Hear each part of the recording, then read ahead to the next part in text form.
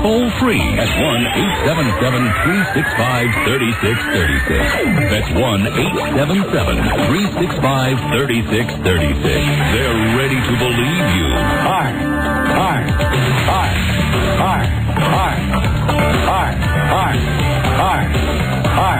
Okay, hi, Dynamite. Hi. Mr. Son of a Beach. Hi. Oh, for you. Hi. Hey, Don and Mike, wrote your own Rockefeller book. Everybody loves Don and Mike. It's the Don and Mike Show, and they'll say what they wish. Where else would you rather be than right here, right now? Have you seen the bumper sticker on my car? I have. WWPHD. What would Phil Hochberg do? I thought it was who would Phil Hochberg do. Always the right thing. Always the right thing. Here he is, Son of God, Phil Hochberg. Ladies and gentlemen, please welcome Rob Spiewak. Take it away, Rob. You know what I say about Phil? What? He's just all right with me. Good afternoon, Mr. and Mrs. Staph Infection and all the ships at sea. Hey, thank God the price of their gas is holding steady.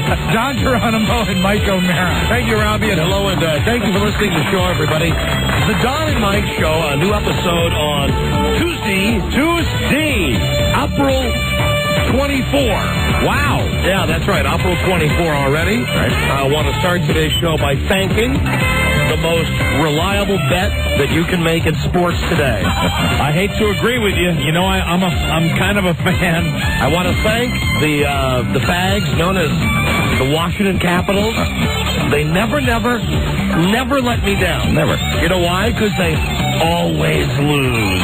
You know, I understand that last night, because there was the chance of a Game 7, both the Pittsburgh Penguins and the Washington Capitals brought their checked out of their hotel. The Capitals checked out of their hotel, and the Pittsburgh Penguins brought their luggage to the arena in case they had to go to Washington for a Game 7. The strangest thing was the Capitals had all their golf clubs with them. Yeah. They are, to quote Tony Cornell, they are choking dogs. It's very, very frustrating to be a fan of that team, and I was a season ticket holder for a while, and quite a legacy, quite a years and years of constant disappointment. Here was the sound at the very end of overtime last night. This is the Washington Capitals collectively. Oh, dear. I don't even like hockey. They can make money every year by betting against the Washington Capitals. You notice I didn't take any of that action this year. Oh, John. Yeah, very, very sad for the faithful, and believe me, there are people that have been rooting for that team from the very, very beginning. Well, as those guys on Sunday morning, those guys that are on doing those huckster shows on Sunday morning where they say, this is my lock of the week, my lock of the year. I'm telling you, it's too late now because hockey season's over, but your lock of next year, bet your mortgage, bet your kids' college fund, bet your car, bet everything that the Washington Capitals are going to lose whoever they play in the playoffs. So next year, you're already prepared to go on record and say, it's my lock of the year. Next year, the Capitals will go to the playoffs. Yeah, well, of course, they always do. They always go. Everybody goes to the playoffs in the hockey. But they won't make it out of the first round again. No, even if they make it out of the first round, they'll lose in the second round. And if they make it out of the second round, they'll lose in the third round. And if they make it to the they made it to the finals one year, and then they lost 4 in a row. Yeah. That's my Caps. That's when I got all caught up in it. That's what I'm saying. Somewhere along the line, okay, you might lose in the first round. You might lose everything in the first round. Well, then you go to the bank and you get a mortgage. Right. You get a second mortgage on your house that you've already lost, and you put all that on the Capitals. And if they win in the second round, well, then, okay, you're out on the street, and you've got your hat in your hand, and you're collecting money from strangers. Take that money, pool that together, put it in a giant pile, push it towards the middle of the table in Vegas, and say everything on whoever the Washington Capitals are playing. Every year. That's right. It sucks. It's great. It's great. They are a sure thing. You know, they're probably the closest thing to being a sure thing in the world of sport. They are. Jesus Christ. And even those new fancy uniforms they got don't help.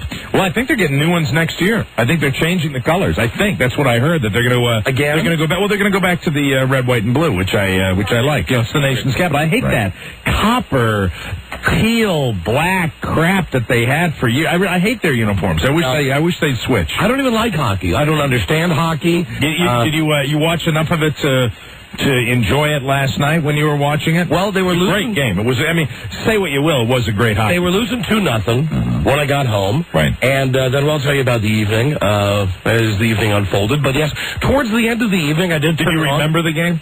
Yes, I did remember the game. Just checking. I did remember the game. Okay. You watch it because paybacks are hell on this show. I have nobody to talk. Okay? Yeah, especially when we're traveling as much as we Last night, I got home, sitting down, relaxing, and there's a Post-it note from my wife that says, "I'm up the street. I'll be home shortly." So I'm sitting there waiting for my kid to get home from work.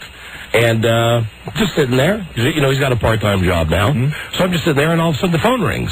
And it's, well, I'm going to call them Mr. and Mrs. Enabler, the British people. Oh, dear. He calls up and he goes, "Hello, mate."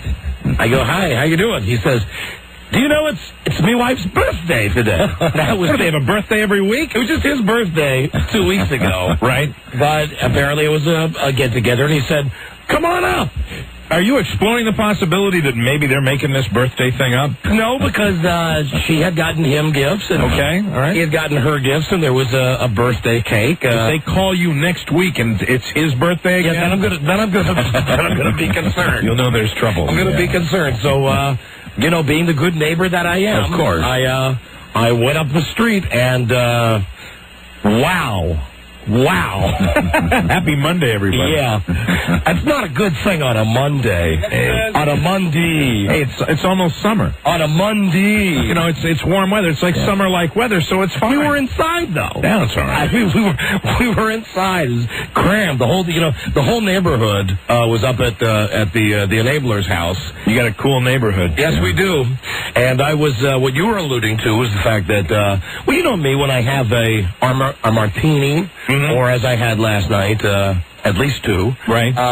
I get, sometimes you get angry when you drink. I get the opposite. I become... You're very friendly. Gregarious, and normally I'm a very shy person in real life, but... You'll know when I'm past the point of no return is when the anger, that's when send me away.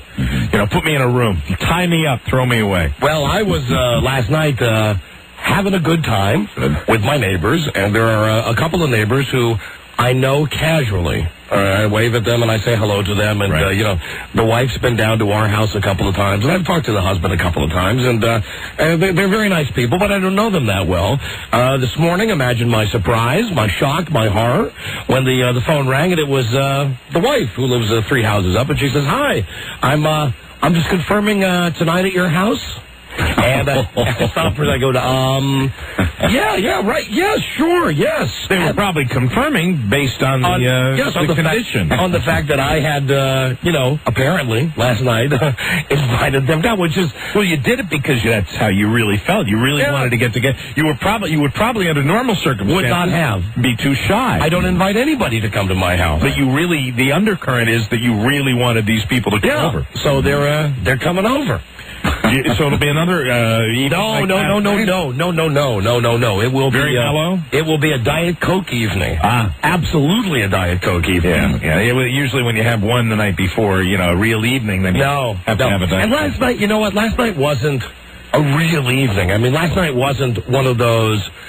Well, let me just say it wasn't a New York evening. No, it wasn't, and I didn't dry hump anybody. That's good. Okay. Good. Right. Good. Although I did end up coming home with some of his cologne.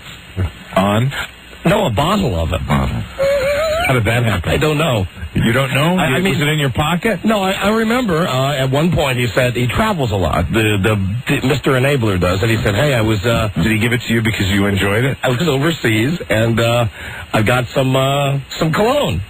And I said, "Great."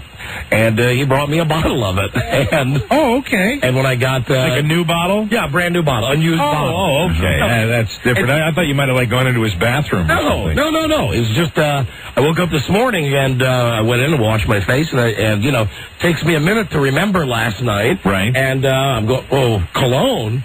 Where did this? Oh, yeah. Right. He gave me some cologne last month. Did he give you the cologne because at some point you had commented on his cologne? I don't know. I mean, I would think that entirely possible, I would think. There's really no decent explanation for it. I mean, it would be either he thought you'd like some, perfume. I don't know. Or you had commented on it. I don't know.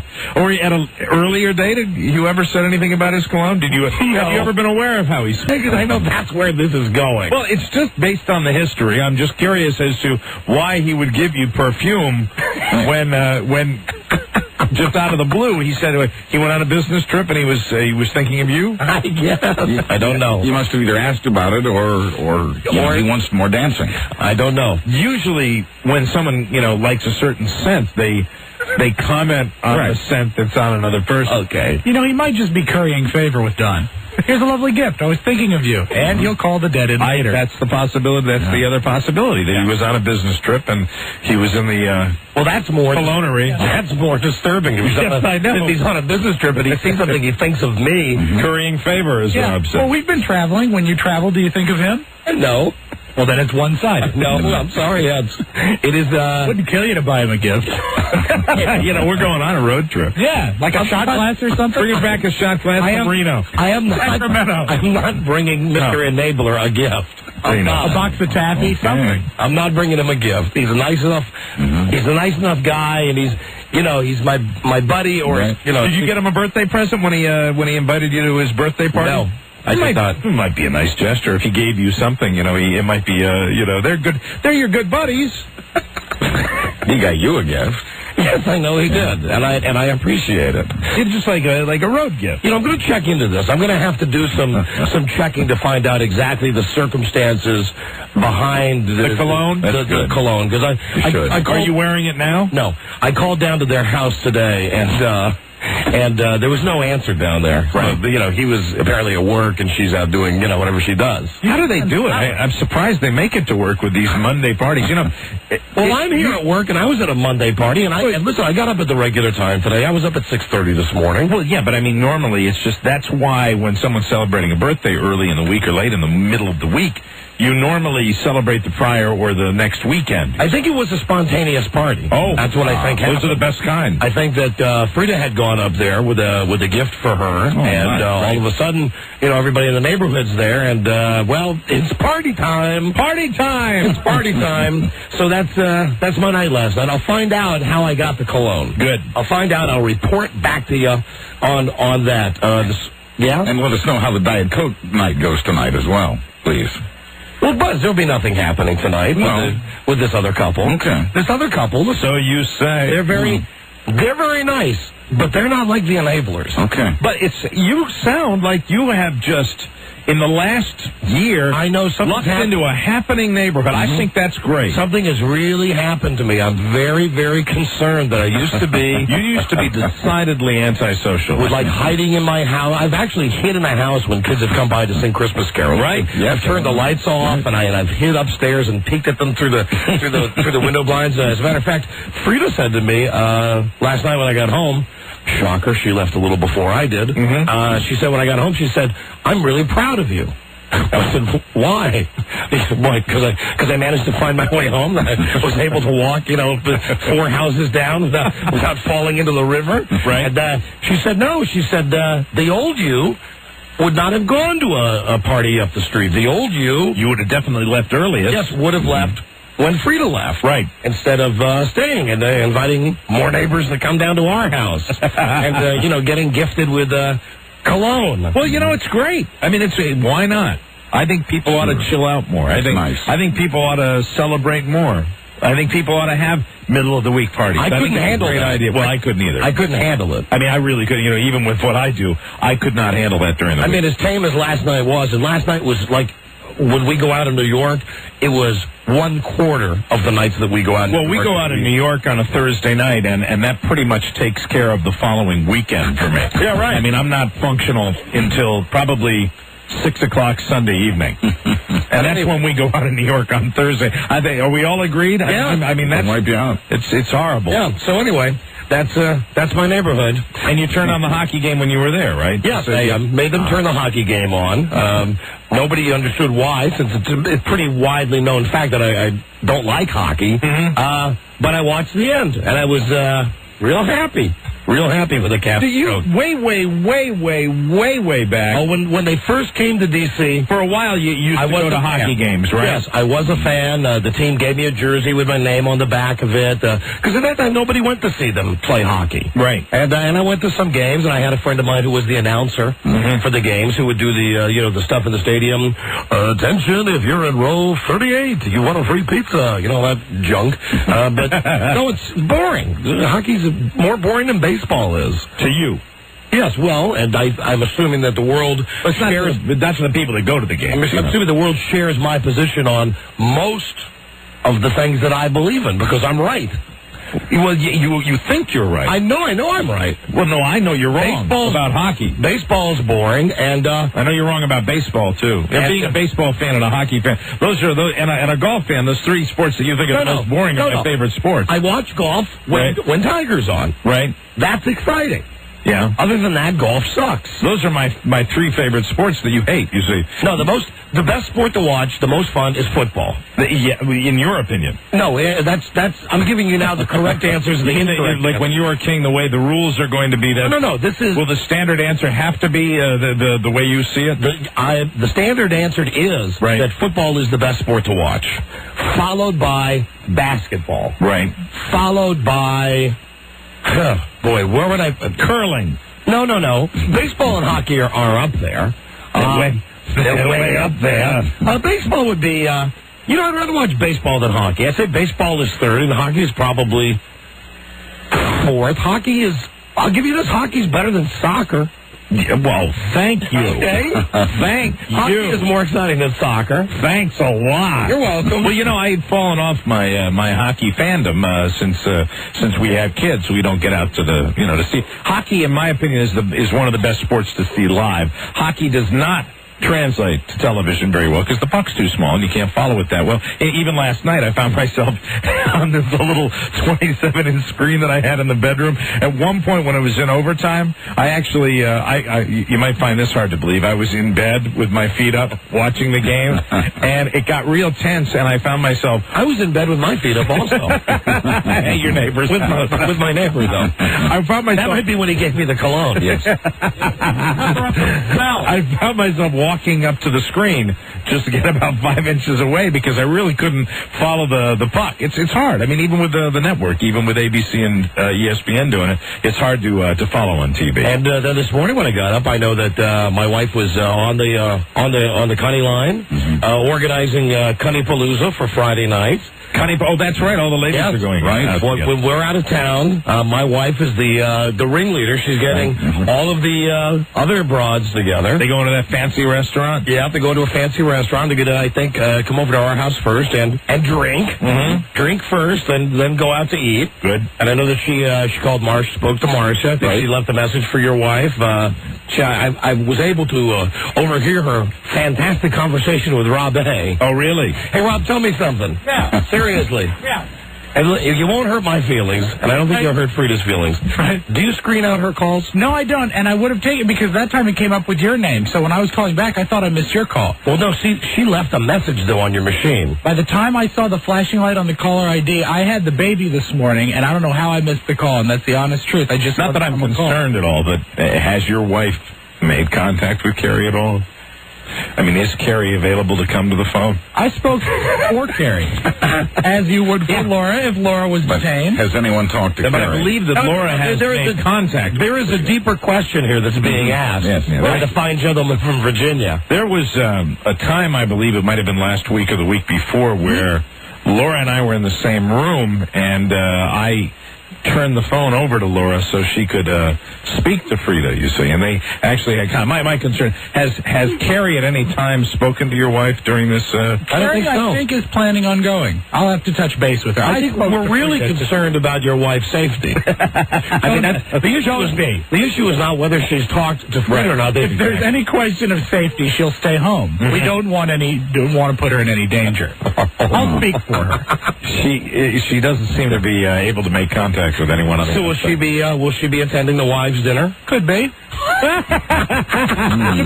It's a long way off. And with me out of town, and, it depends. I got to get some good rope. No, of course. I think Frida spoke to her this way. She's been working. No, she didn't. No, she didn't. And here's what happened. That I'm sitting at the kitchen table, and I hear Frida calling Rob, and she goes, "Hi, Rob, it's Frida. Hope you're not avoiding my call, because it seems you always avoid my calls. I'm calling to talk to Carrie about Friday night. Well, I guess I'll talk to her later. Bye-bye." Click. 3 minutes later, phone rings. "Hi." The boss's wife going too? Yes, Roz is going. All the elements are going to be there for nothing but trouble. They like on the Weather Channel, when they are saying, you got the high pressure here, it's going to mix with the low front here, and that's where you're going to have the explosion of weather. This could be the perfect storm. Yes, you're going to have the thunderstorms and the tornadoes happening right over that restaurant. So it's all, and it's, you know what it is? It's roulette. Because it's that big wheel. Yeah. Someone's going to give us all up. The money wheel. Somebody's going to give us all up, and we're all, that's the one thing. It won't be Carrie. Individuals are going to, it won't be Carrie. It won't be Carrie, that's right. She's afraid to speak. Yeah, she's just waiting for her opportunity. There'll be awkward silence. Maybe Carrie will write messages on the cocktail napkins like, "Please help me." She'll be tapping things out on a water glass with a knife. She'll ask someone to go to the restroom with her, and on the way, "I can't speak because Rob's having me watch, but please, help me. So, she's never been happier. My only instructions to Laura will be, don't agree to the next social event with all the wives. Why? Because that's how I control it. I don't say anything to her. She does whatever she wants. So the curious thing is that Rob calls back immediately and says to Frida, "No, I'm not avoiding your call," even though Frida tells me that, the last 3 times she's called, every time she gets the message, and then she gets your machine, and then you call back immediately. Out of breath. Then she says, "Okay, well, Rob gave me Carrie's number at work." I said, "Well, great." And I hear Frida on the phone, and I hear her end of it, and she got, shocker, an answering machine at work. Turns out Carrie's just starting back to work part-time, because I can watch the baby in the mornings and she can in the afternoons, and she was online all morning trying to get some computer stuff worked out, because she hasn't been there in 4 months, so no one was able to get to Carrie this morning. Did Carrie go on the last wives' dinner? No, I don't think she did. I don't think she did. You get with me after the show. I'll give you all the instructions. Don't worry. I've been through this before. I know how to handle it. I don't think there's anything to worry about. That's what I said. She told me that's what I said the first time, too. She wasn't feeling well. Yeah, don't worry. I'll give you the complete rundown. Because I have a checklist. I have a notebook in the car. Do you? Yep. All the things. I'd like you to compare it against my checklist. Boys, Friday night, it's perfectly safe for the girls to get together. You got the boss's wife, Ken's wife, and you got the other boss's wife there, okay? Yeah. Oh, come on. You just get the checklist. Right. Yeah. That's right. Exactly. Yeah. Stop that, you. Right. You. Nothing but trouble can come out of it. You. That's right. Got to be very careful. That's good. Good. Let them congregate together among themselves. Well, you see, you're fine when they congregate. Yeah. You're fine because there's nothing bad can happen to you when this gets together. Nothing bad can happen. What bad can happen to you? Total embarrassment. Horrific embarrassment. I can't even put it into words. What it is, are you afraid that your wife is going to tell them? Oh, something about you? Yes. Of course. Well, you're right. No, that has happened before. Yes, that's what I'm talking about. That has happened before. She's become very skilled at it, though, now, and I'm just going to give Rob the heads up on how to prevent that. Skilled at how to reveal or how to conceal? How to conceal. Conceal, of course. So I got what so your concern in this is that your wife opens her mouth, spills the beans about something. Right. My wife will come back to me. Buzz's wife will come back to him. At some point, whatever this... Oh, and I'm not worried about Buzz's wife. And everyone knows that Buzz's wife does. That doesn't happen. It's not like Buzz would come in and go, you know what Marcia said that Laura said. No. That Mike wears no new pants. There's only one wife that'll do that. I'm the only one that... Well, no, listen, we're a team. Because she would tell me, and even if she said in confidence... Of course, if it was something in confidence, I would repeat it to you off the air. As a professional courtesy. You have extended that courtesy. I have. Before. That's right. None of I'm sorry, you other two don't get that though. It happens someday, perhaps, but not just now. So I got it. So that's really where you're coming from. But I mean, it's not like it used to be. I mean, in the early days when my wife was untrained, it was one thing. No, you're right. Frida, we used to come home with an awful lot of good stuff. Well, Frida one time went to our house. You remember when she went over to our house and called from the turnaround of the driveway? Right. Called the show from the turnaround of the driveway. But you see, you're looking at this in the wrong way. Think of how great it could be. What if Roz lets go with something about Ken? Yeah. You see, and that could be great. No, that's usually not encouraged to do that. I don't know. Work her for a little bit. And I've gone over the basics with Marcia, but she's a loose cannon, so anything could happen. Oh, your wife is a loose cannon. Please, Buzz. Anything could happen. Your wife is the equivalent of you. That's why you're the safe one. You're safe. Your wife is safe. Right. My wife, you got to watch out for her. Mike's wife, got to watch out for her. Absolutely. Rob's wife needs to be seen. Yeah, Rob's wife. Who knows if the mystery woman's going to show or not? Now, my wife, kind of a teetotaler. Is Carrie? Is she one to have a cocktail or two? She really hasn't since the baby was born. She might have a glass of wine. I guarantee they will be drinking. That Frida will insist on that. They will. There you go. Yeah. And Carrie responds well to being persuaded. So she probably will have a drink. God. Well, I don't think Frida's going to persuade her in the way you persuade her. Right. Well, I don't know what that means. Grabbing the wrist until all the blood goes out of the hand. Not all the blood, Mike. Please. But remember the checklist. Anyway, they're getting together Friday night, and she was excited. Molly's very happy. Good. And, of course, we're getting together Friday night, too. Yes, we are. Yes, we are. And Saturday night. With our big Led Zeppelin-style road trip. And Sunday. Can you imagine how cragged out and ragged out we're going to be by the time Sunday comes? Well, I think that we'll probably keep it somewhat in check on Friday night. Because we have two of these to do. Right. Saturday, watch out. Watch out for the Saturday night show. Absolutely. That's going to be nutty, yes. And now Friday night we'll be in Sacramento at the Sacramento Valley Amphitheater. Right. Show starts at 8 o'clock. Don't cost nothing to get in. Come on down. Hold 17,000 people. Jesus Christ, please come down. Right. Reno, this is already, forget about it. The tickets for this, just forget about it. I mean, the people that have come down to the station to return their wristbands from last time, almost everybody that was in line for the last show that Harris canceled has come down to the station to get new tickets. So if you want to get in, this place in Reno holds about 2,500 people. So start lining up day of show. Amen. And to make sure you can get into the Silver Legacy Resort Casino. We will be in Reno on Saturday night with the Las Vegas style show. It's going to be fantastic. Looking forward to the weekend. And of course, no cost. It's a freebie. It's always saying thank you for listening to the show. Just tickets are like they always are, first come, first serve. Amen. So please make sure you get there plenty early. And, we never have to beg for people to come to these shows, but I'm feeling pressure from the fact that it's a 17,000-seat outdoor pavilion in Sacramento. Yeah, to really beg. I think 8 or 9 thou under the roof there in the amphitheater, and then lawn seating for double that. So I mean, you're going to have. We'd really like to pack the joint just to show the power of the Don and Mike show. And if KHTK are our fine affiliate in Northern California and Sacramento, the home of the Kings, if they'd really like to get behind the show, what they should do on Friday during the day is get a couple of big buses and just drive around and find homeless people and people who have lost their memory and stuff, and just get the most down and out of Sacramento and put them on the bus. And I don't care how you pad the gate, bring them in. Order everybody from the radio station. Here's the great thing. And come to the show. The great thing about the show in Sacramento, we are expecting, somewhere over 10,000 people to show up for this show. And I will tell you that the great thing that we've decided is everybody after the show is invited back to the hotel. Yeah, what's wrong? Just come on back. Mike's room. Everybody come back to Mike's room after the show. We got a suite. But yes, pad it. I mean, do it the way that they do, out in Southern California for game shows and stuff that no one wants to go see. Right? They actually have people out on the streets, like by the Man's Chinese Theater. They have people standing saying, would you like to see a television show? And they actually bus in people from retirement centers, or someday, as they'll be called, leisure camps. Leisure camps.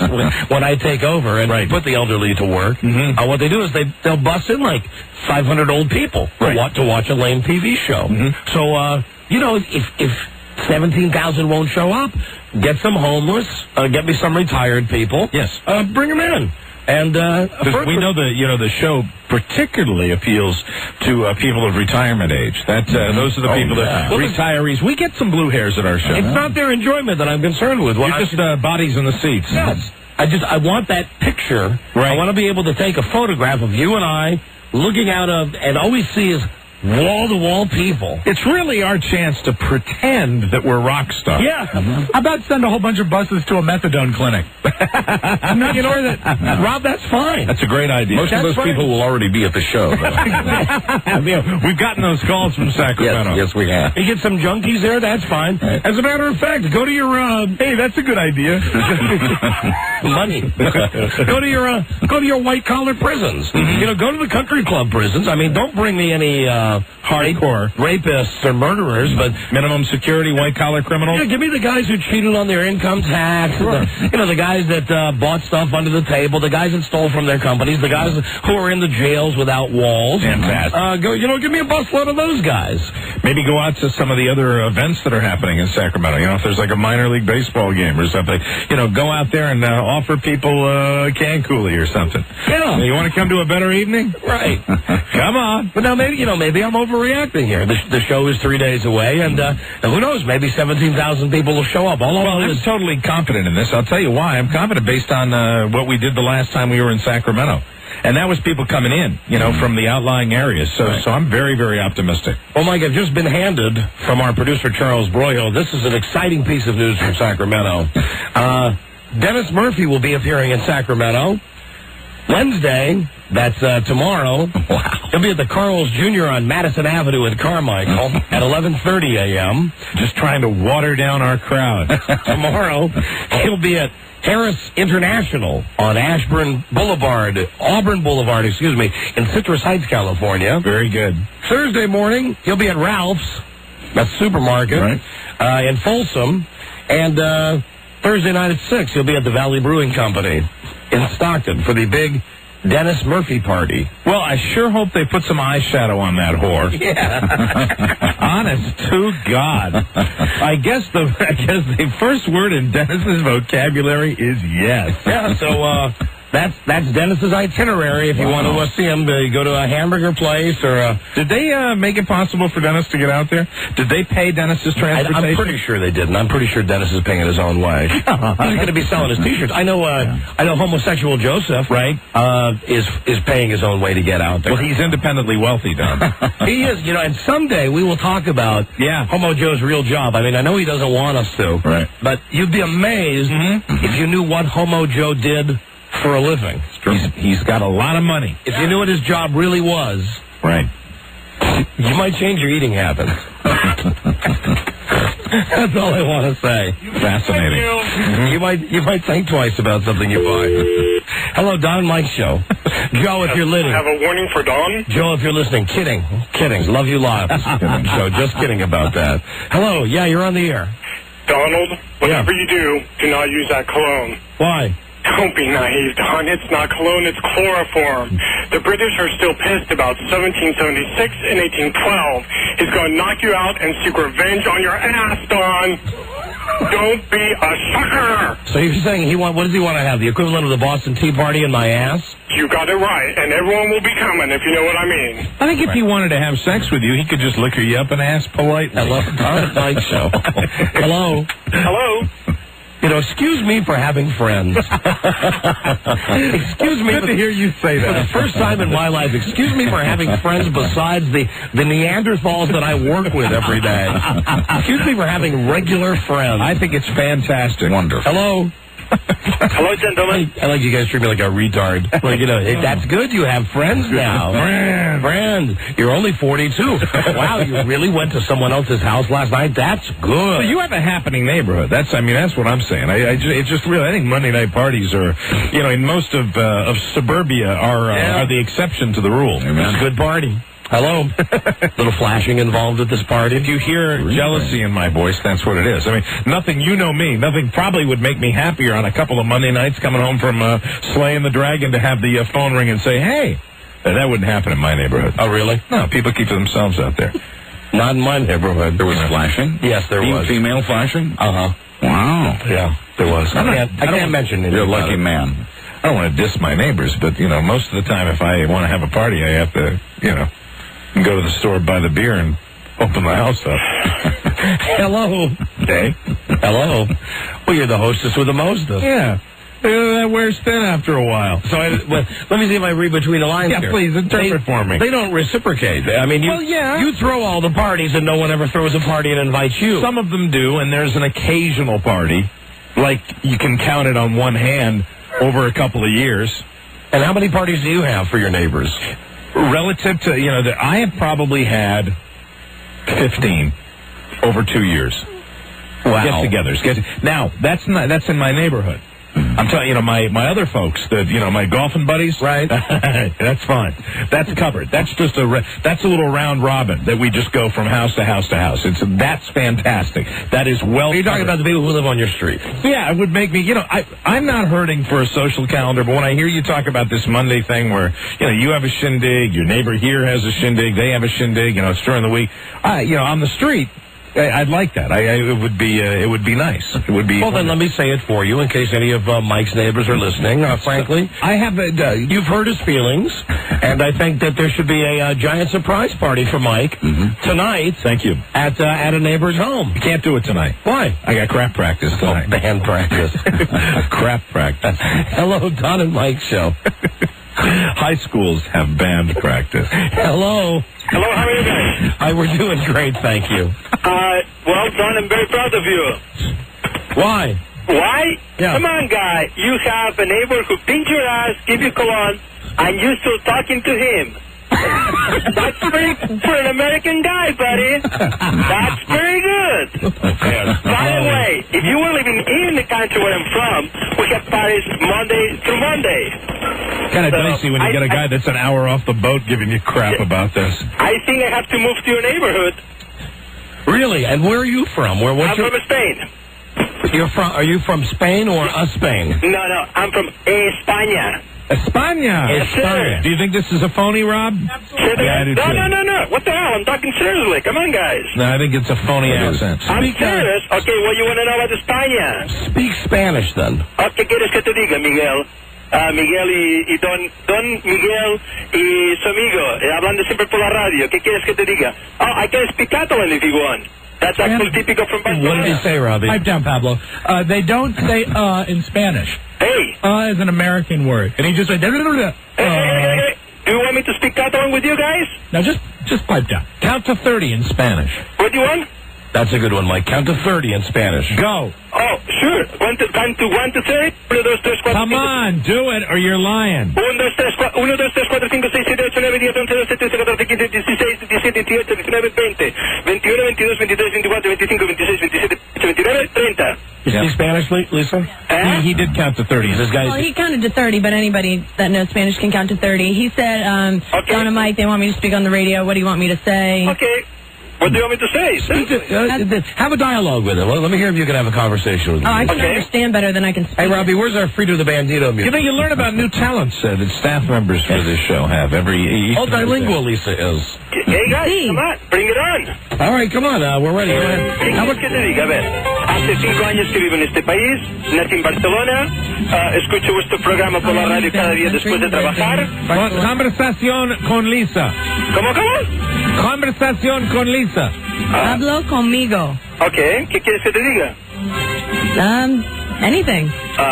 ¿Qué quieres saber de mí? Speak Mexican to him. Tengo 34 años, estoy casado, mi mujer se llama Michelle, no tengo niños. I don't know. 24? No, 24. 24. 34. 34. His girlfriend's name is Michelle. He doesn't have any kids. Yeah, I mean, do you want me to... So you're better at interpreting than speaking. I can speak... I was going to say, the plane for the UN is waiting right now. We're waiting for... All right, speak to him. My resume. Okay. Speak to him. You have to talk one at a time, and the telephone gets confusing here. All right, speak to him, Lisa. Ask him something. Okay. I have better Spanish than Lisa, that's for sure. What do you say? Come on, Lisa, I have better Spanish than you. ¿Dónde vives? Vivo en Buey, Trinidad Igualada, provincia de Barcelona, España. You can take it in the map. He lives in Buey. He lives in Buey, right? And he's originally from Barcelona, Spain. ¿Cuántos años vives en Buey? 5 años y medio. 5.5. 5.5 years. ¿Cómo te llama? Francisco? Francisco, but his friends call him Paco. Yes, because if you check actually, guys, Paco in south of Spain goes by Francisco. I think you established maybe he really is from Spain. Yes, so. Maybe this guy is from Spain. Yeah, of course I am. All right, of course I am. Of course. I am. Why I am. I am. Exactly. You see? Now you can make fun of my English if you want, but you can make fun of my Spanish. Tú estás enfermo de la cabeza. Hey, I think I should come to your show and translate your show in Spanish. Yes, come inspect our show. How we not? Translate. Hey, I'll translate for you. All right, Paco. Okay, it has been a pleasure talking to you guys. I've been trying to reach you at least 3 times every single time I call. Muchas gracias. De nada. The battery dies. Hey, you guys rock, guys. I'm very proud of you guys. Thank you, Paco. Take care. Bye-bye. Bye-bye. Hasta luego. Bye-bye. Hasta luego. Bye-bye. Well, Rob, that guy was, he was Spanish. All right, well, he should be proud. He should be proud. Something to hate in everything. Yes. The great hater. That's a real slice of the great hater there. That was a good comeback, Rob. Rob, he was Spanish. He should be proud. God damn it, you made me laugh, Rob. Sometimes you really do. Hello, Don and Mike show. I wish everybody could see the facial expressions, too. With the eyebrows raised, like up to his hairline. How are you guys doing today? Hi, we're doing great, thank you. Hey, looking forward to seeing you guys here in Sacramento on Friday. We got VIP tickets. Good. We'll bring all of your family members. There's a lot of seats to fill in this place. And that's for sure. Hey, Mike? Mm-hmm. Give me one booyah. Well, that's not me. That's actually a tape. Is it recorded? Yeah, it's a recording of a famous individual. Booyah! It just cracks me up every time I hear that. Thank you for giving me credit. Oh, that's Jonathan Orville. Oh, I enjoy it every time. You guys are great. Talk to you later. All right, see you later. Bye-bye. Doesn't everybody know the legends of Jonathan Orville? Booyah! Thought they did. Father, entertainer, head shaver. Full-time entertainer, Mike. That's right, full-time entertainer. I love Don and Mike's show. And a very deep mind. Give me some of his thoughts. He's got deep thoughts, man. Jonathan Orville. He is, we might call him full of wisdom. You know, a lot of times when I'm considering I have an important decision to do in my life, what I'll do is I will put in a tape of various, they're not inspirational thoughts. That's exactly what they are. From Jonathan Orville. You know, something to get me through my day if I'm having a bad day. Mm-hmm. Going, gee, what am I going to do about this situation at work? What would Jonathan Orville say? No, I wasn't aware of that. And see, right away, he's engaged me. Mm-hmm. He wasn't aware of that. WWJAD. So what would Jonathan Orville do? Not too annoyed. Okay, right, okay. He's right. I'm annoyed at something. I'm annoyed. There's not a chance. See, and I love the dialogue with him because he's saying there's not a chance. And I'm concerned. Yes, I am upset, Jonathan. I believe he is a dumb. He's like an 8-ball. Yes. Well, he's of course, speaking of someone on our management team, he's a dum-dum, yes. Is your answer? Yes, bitch slapping. See, once again. He's giving you guidance. I'd love to bitch slap Ken Stevens. Zippy chance. Oh, not gonna happen. Well, he's right, because you really couldn't walk into Ken's office and bitch slap him. Right. Why? Oh, see, now he's toying with you. Jonathan, what happened? I don't know. You didn't give me the right answer, Jonathan.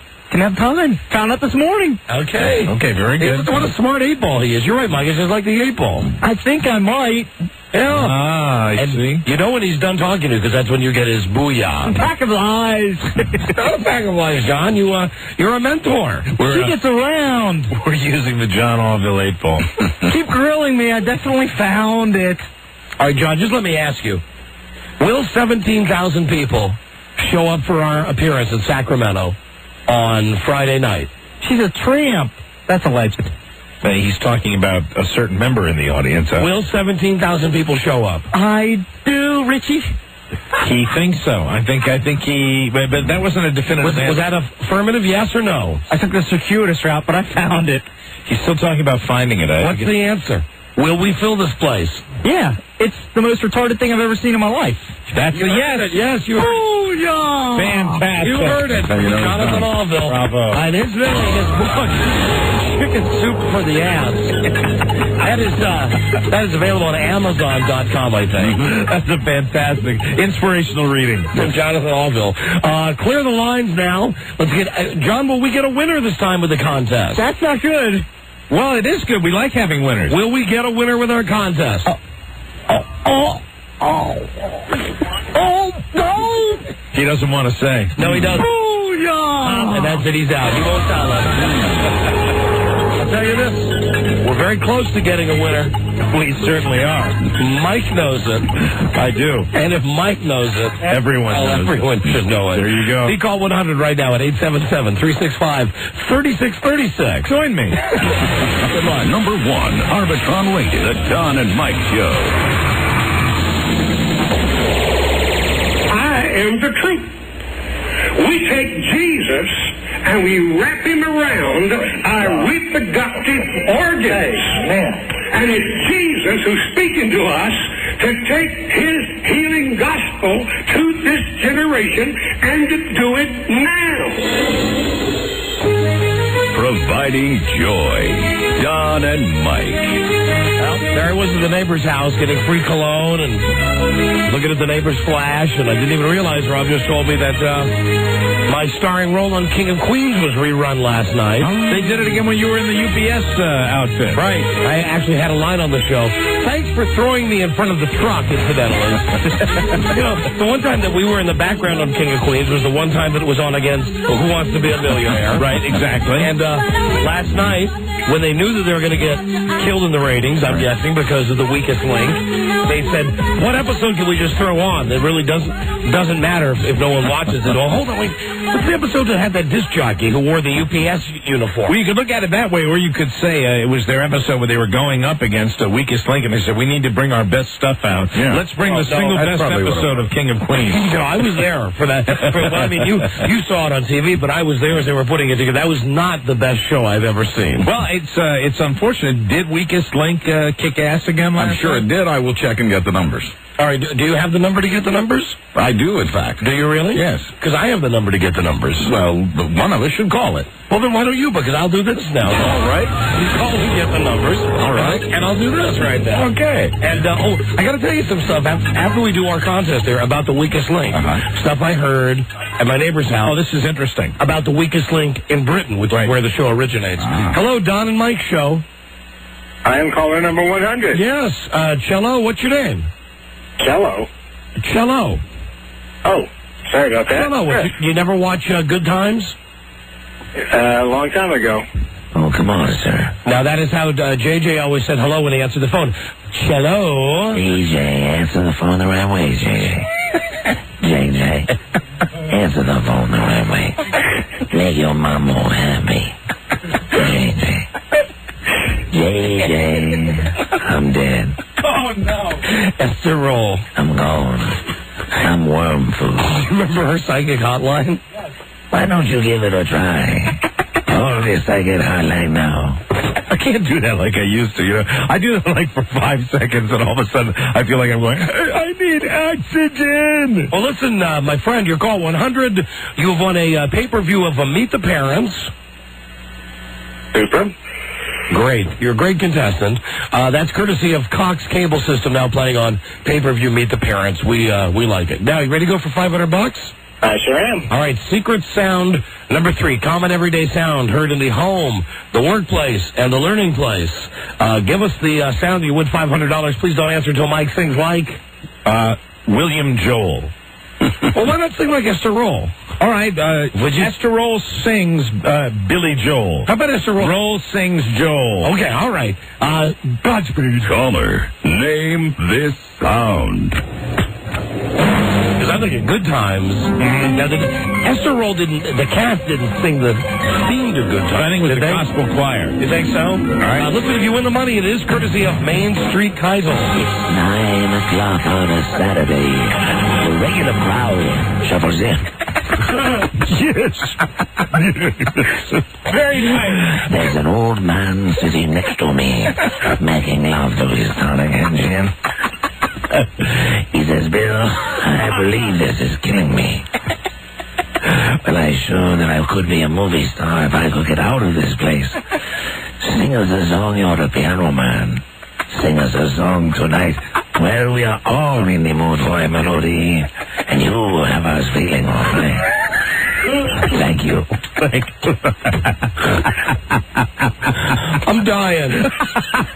I'm really dying. Listen, for $500, what's that sound? Would it be like opening or closing of a CD case? Oh. No. No, thank you, though. Nice. Thank you, though, Dullard. And don't forget that every guest is a clue. It's a clue for you. Clue for you, yeah. It's great to be in the know, isn't it, Mike? It is. He didn't know what it was. Sure didn't. Dummy. I've also got something else to check out here about my illustrious career on film and TV work. Yes. A long time ago, the guy Albert Brooks, who is, incidentally, a genius. Yes, he is. Boy, he is. He makes some good movies. He really does. Albert Brooks, who I'm a big fan of, was making a movie in Washington, D.C. called Broadcast News. Right. And he called me up, and he said, because I'd had him on my show in Chicago before he was famous, said, I got a walk-on for you. He's a bit of a radiophile, right? In Broadcast News, yes. As a matter of fact, Albert Brooks used to make, prank calls to my show using fake voices. Right. And at that time, I was playing records, so I would just be, during the records, I'd be recording calls on the request line. Right. And he would, call up and go, hello, I can't pick your station up right now.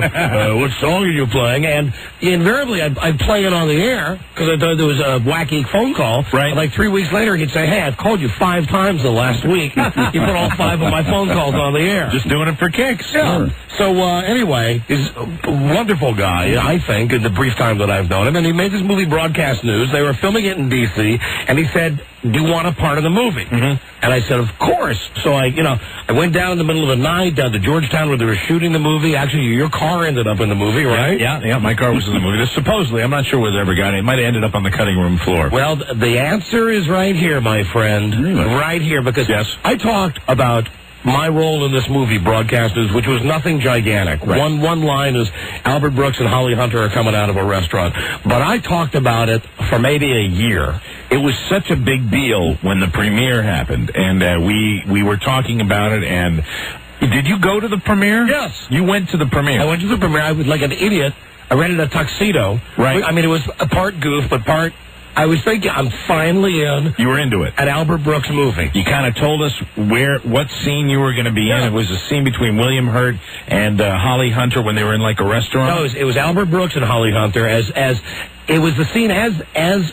Oh no, yeah, Albert Brooks as their big kiss-off scene. Yes, where he tells you you're going to be a big fat girl, right? Something like that. And I walk by and I say something to them, and I mean I had the script, I had the plot of the movie, all this a year before it came out. Right. The movie comes out, we have a premiere, the radio station has a premiere, I put on a goddamn tuxedo, I sit down in the theater, and for the next 2 hours, I'm waiting for my scene, and never there. Not even close. Weren't you at one point saying when it was on video, slow it down frame by frame, because we might, even though they edited out your line, there might be you in there. Yes, and at one point we actually brought a TV into the studio, right? And we did go frame by frame. There was a lot of no.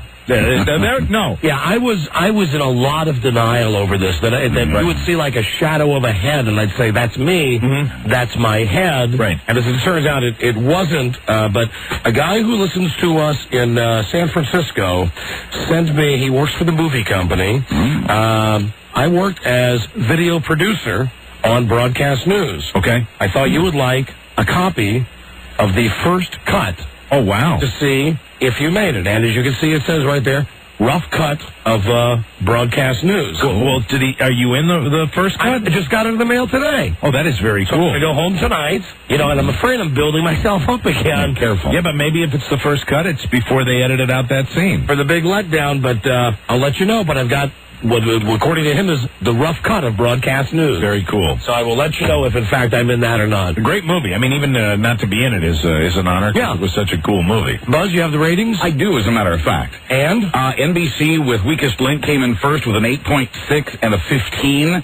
CBS with King of Queens came in second with a 7.2 and a 12. That's holding its own. In the 18 to 49 demographic, That's the me factor, I think. That's because you were in it. They would have come in like a 4 or a 5. I think so. Yeah. I got my name in the credits, you know, my real name. You did. That's the coolest. At the very end, yeah. Mm-hmm.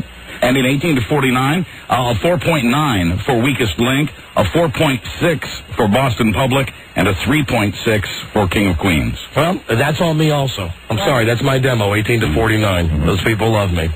Well, you know what the look on his face? What's you the didn't look? see what it is, the Boston Public. So you're saying 18 to 49? In 18 to 49, yeah, King of Queens came in the third behind. That's what he was doing. Didn't you see him doing that? I wasn't looking at it. He was doing the 18 to 49 Boston Public, his show. Because that's his show. Okay. Enjoy the show. Gotcha. Enjoy it. Listen, here's what I heard about, Mike, I wasn't even looking at him. I didn't even get it. It's so funny because he said that, and then he got that look that Buzz gets out of it.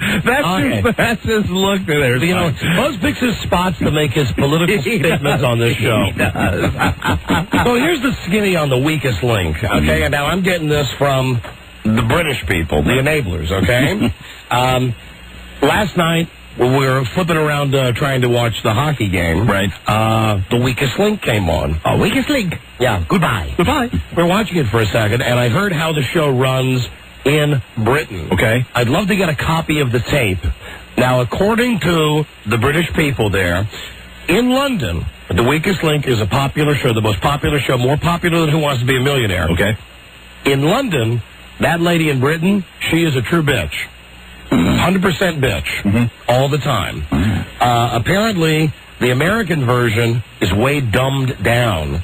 That in Britain, the questions are very Jeopardy-like. Oh, good. Well, I'd like it if they were more Jeopardy-like. And when she gets mad at people, because the people who are on the show are very smart people, right, to begin with.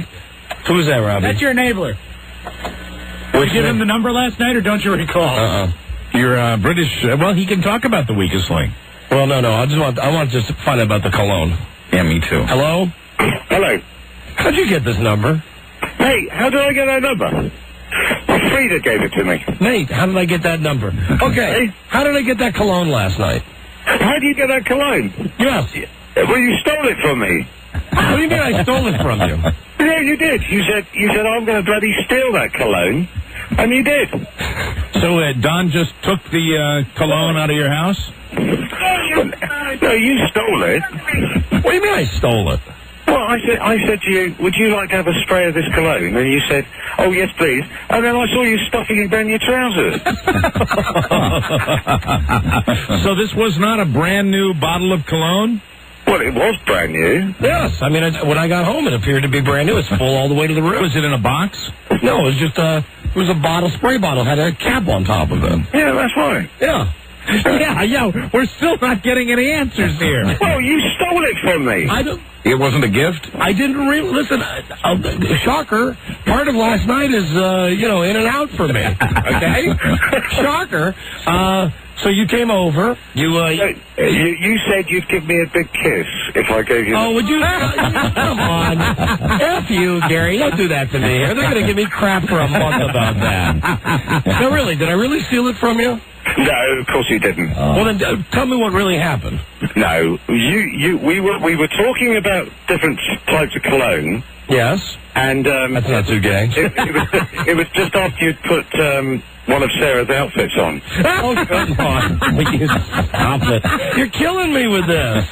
No, we were. That was when we were doing that drag act. You are killing me with this guy. Tell me the truth. This Gary's killing me. I'll tell you that right now. Tell me the truth. No, okay. All right. The truth is that you smelt that cologne when... Well, your tongue wasn't that far in. Oh, come on. It was can't do it. Not going to get the truth. I really like that cologne. We'll have it. I am not going to get the truth from him. So Don raved about the cologne, and you just gave it to him? Yeah, no, he raved about it, and I gave it to him.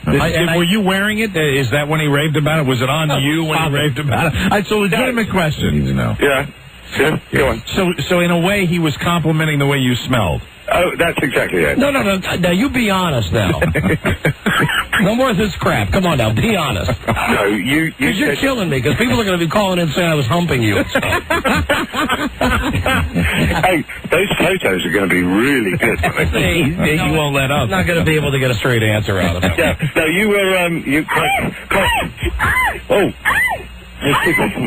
Sorry, I don't know what that was. What the hell was that? I think it was a pigeon. Can you see why? Is that your wife, Gary? No, it's not. No, Sarah's in the car somewhere. She's driving back with, Can you see why I get along with this guy? Yeah, absolutely. Sounds like a lot of fun. So what really happened? You just liked it, and I just said, well, I'll have it as a gift, yeah. So. Oh, okay. So, see, it was perfectly innocent. Oh, yeah, it was perfectly innocent. Go ahead, Mike. I have to, because my natural curiosity here. When someone likes a cologne, he just likes the smell of it. I mean, that's how it wouldn't be that he liked the bottle, right? He liked the smell of the cologne, and how did Don determine what the cologne smelled like? Did you spray it on a card, or did you spray it into the air, or were you wearing it? Give me some more. What? No, it was, yes, it was kind of I sprayed it into the air, and he liked it. Gary, are you having sex right now? No, well, no, I'm not, actually. What are you doing, really? Well, I don't know. Well, these people keep trying to get in my car. I'm sat on Route 7, and all these people keep trying to get in my car. I'm going to lock the door. He's a weird bird. I mean, he's having sex. I like this guy. I think they're doing that for kicks. Are you? I think they're calling the radio show and they're having sex while they're on the radio. You two would probably really get off on that. On calling the show while you're boning your wife. Oh, God, more! Now, that sounds like a guy's voice. That's a guy. Now I'm very disturbed. No, I'm very disturbed now. And if anyone else gets in my car, I'm going to have to call the state troopers.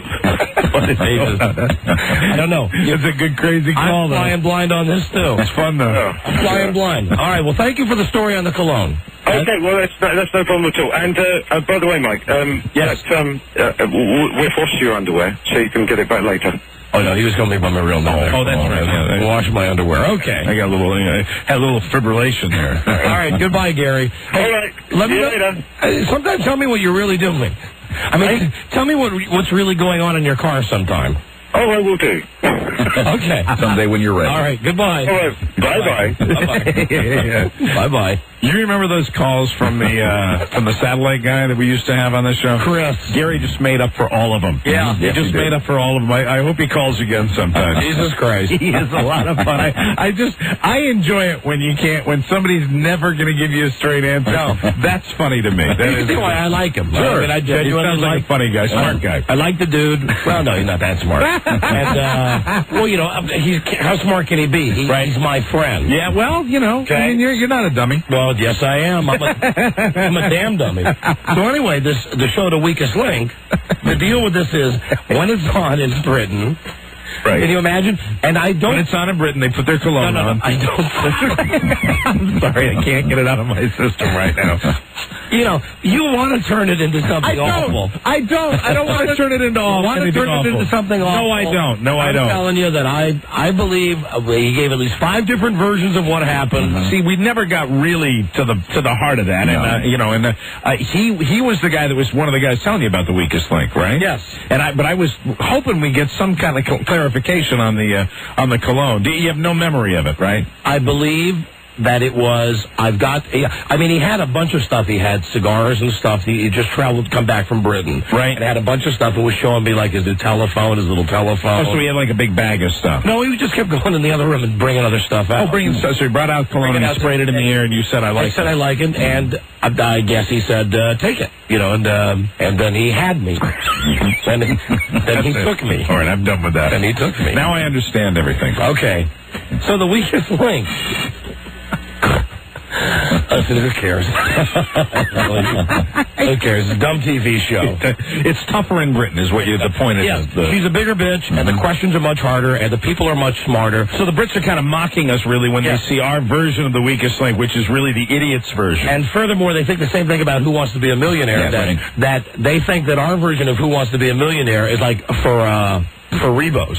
And she's also much tougher on the contestants. She's really mean because she really gets mad when they don't know the answers because they have to go through some incredible testing to get on the show. So they are the cream of the crop. And when they get on the show and they F something up, she really yells at them, and the British people in the audience don't laugh at her. And if anybody in the audience makes noise, she gets mad and yells at them. Very cool. Apparently what we're getting is a very homogenized, very milquetoast version, of the show, where the questions are easier and the audience laughs. And at the end of the show where she gives her knowing wink, saying it's all a joke, apparently in Britain, it's not all a joke. So we don't get the knowing wink. Yeah, she's a real bitch in England. I wish it was more like that here. I don't know why they did it because, they wanted to make everybody like it. Yeah, and the main thing is that the questions are tough. That they're not the pop culture questions that they ask on this show. They are tough, and that's the best analogy I heard last night. They're like Jeopardy questions. I wish they do that here. I really do. And smart people watch The Weakest Link, and the Americans, hello, we're stupid. Yeah, well, the people that I think are enjoying The Weakest Link are the same people that think she's really mean. Yeah. When, in fact, she's just being phony mean. They're dumb people. Right. And I'm one of them. I'm their king. Hello, how are you? Hi, Don and Mike show. Homo Joe here, Don and Mike. Don and Mike, Hobo Joe here. Okay, so let's start with the first job I ever had. He wants to talk about his ways of making money. He's wealthy. Joe, listen, all I know is that I was told at some point, because I know what your legit job is. Well, I have quite a few of them, but go ahead. I was told to keep that on the down low. Oh, okay. I mean, is it okay to say? You can say it. It doesn't matter. I mean, most people, I think even everybody in the studio probably has some of that product in their cabinets at home, in the kitchen. Yes. Joe grows vegetables and sells them to the Campbell Soup Company. I have a farm in South Carolina. And you should know that the next time you open a can of Campbell's good soup. How many acres is your farm? It's a 144-acre farm. 144 acres. Wow. And you have people that run it for you? Yes, I do. And I even have my own slave cemetery there. You have a slave cemetery? A slave cemetery is on the farm. The people that run the farm are the same people that have run it for years. Wow. So what are you, like the plantation owner? Well, one could say that. Wow. So you have 144 acres. Acres, yeah. They would be acres. They'd be acres. Then I used to have the hunt lodge, which I closed down because a PETA got on me. You had a hunting lodge? Yeah, that's down in South Carolina as well. You weren't one of those people that, had it all fenced in, were you? No. No, what I had is on the one side of the farm, I'd have all the birds and fowl, and the other, they would sell it to the other part of the business. So when you go down there, do you actually handle the vegetables that end up in the Campbell soup yourself? No, but I have been on the tractor. I have a Farmall tractor. It's a 1940 Farmall tractor, which I do ride. So you're landed gentry, is that what you are? Well, I've done a lot of things in my life. I started out as a nurse. I worked in intensive care units and OR and did that kind of stuff. Well, how'd you get 144 acres on a nurse's salary? Well, because I did that, and I was in a relationship with a lover for 15 years, if you remember. An older guy? No, he was younger than I was, and he died of AIDS, if you remember, and we bought that from his grandparents when his grandparents got sick at $200 an acre. Wow. Well, you got a real killing on that, no pun intended. Yeah, exactly. I bet you look beautiful in the nurse's uniform, Joe. Oh, I did, especially that little hat on the top. That was such a Betty Nurse, So, Joe, with the farm and 144 acres selling the vegetables to Campbell's Soup, you make a lot of money on that, huh? That does well, and then plus I work at a government agency doing communications. Wow. So really, Joe is a rich guy. Wow. And then my latest venture will be done in Sacramento with you guys. What's that? The new Don and Mike Las Vegas style show T-shirts, which I'll be managing and making sure you get your money. Oh, wait, are those your T-shirts? Well, I'm part of it. Oh, my God. Wow. Are you part of this? Yes, I'm part of it. I'll tell you one thing. Joe is an organized guy. If we were going into it with some of the other people that are associated with the show, I'd be a little concerned. Or Dennis. I mean, look at the options. You're right. First off, I think a lot of Homo Joe. Right. And, I think that gays as a race I think they're very organized. Right. You want to hear how organized it is, Don? Yes. We have an even 800 number, 1866 Radio Gods is the ordering mechanism. And we have radiogodsdc@AOL.com. And so it's quite organized. Now, what is it? Now, all I know is that Broyhill came to me and said that I think this started with our station in Portland, Oregon. Right, exactly. I'm partnered with them.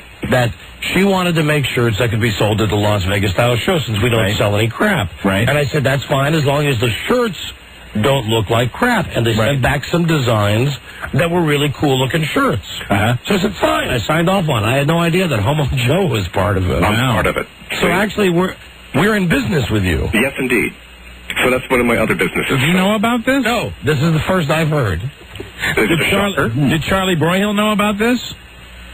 He must have. You know, I think all of that I may have heard about this with Joe was that Joe was going to be selling them. Right, I'll be managing all the sales. See, but I thought you were going to be like Dennis out on the street hawking them. Oh, no. No, so you're like the entrepreneur. I will be taking care of making sure everything gets sold, all the dots and cross and the I's and all that kind of good stuff. Wow. And the credit cards are processed. So if we want to find anything else out about this, we ask Charlie Broyhill? Joe? Yeah, you could. We could. Yeah. Or what would our other option be? Or you could talk to me or JJ. JJ is the lady who runs the station in Portland, right? Correct. Okay. So now you have all of Homo Joe's itinerary and businesses. There you go. He's a farmer. Wow. Fascinating. He's a government worker, and now he's a T-shirt salesman. And I'm also the treasurer of my condo association and made them lots of money here at the condo. Wow. Oh, good. In 3 years, I doubled their money. And wow, you know how to get things done, huh, Joe? Yeah, I know how to play with money and make money work. Very good. All right, Joe. Well, listen, I thought that thing about Campbell Soup was a big secret. I'm glad we were able to talk about that. No, you can talk about it. It's fine. Talk about that, sure. Make everybody think about that tonight when they open their Campbell Soup. And they use a spoon because you want to get every drop. There you go. All right, Joseph. But to the last drop out of ice.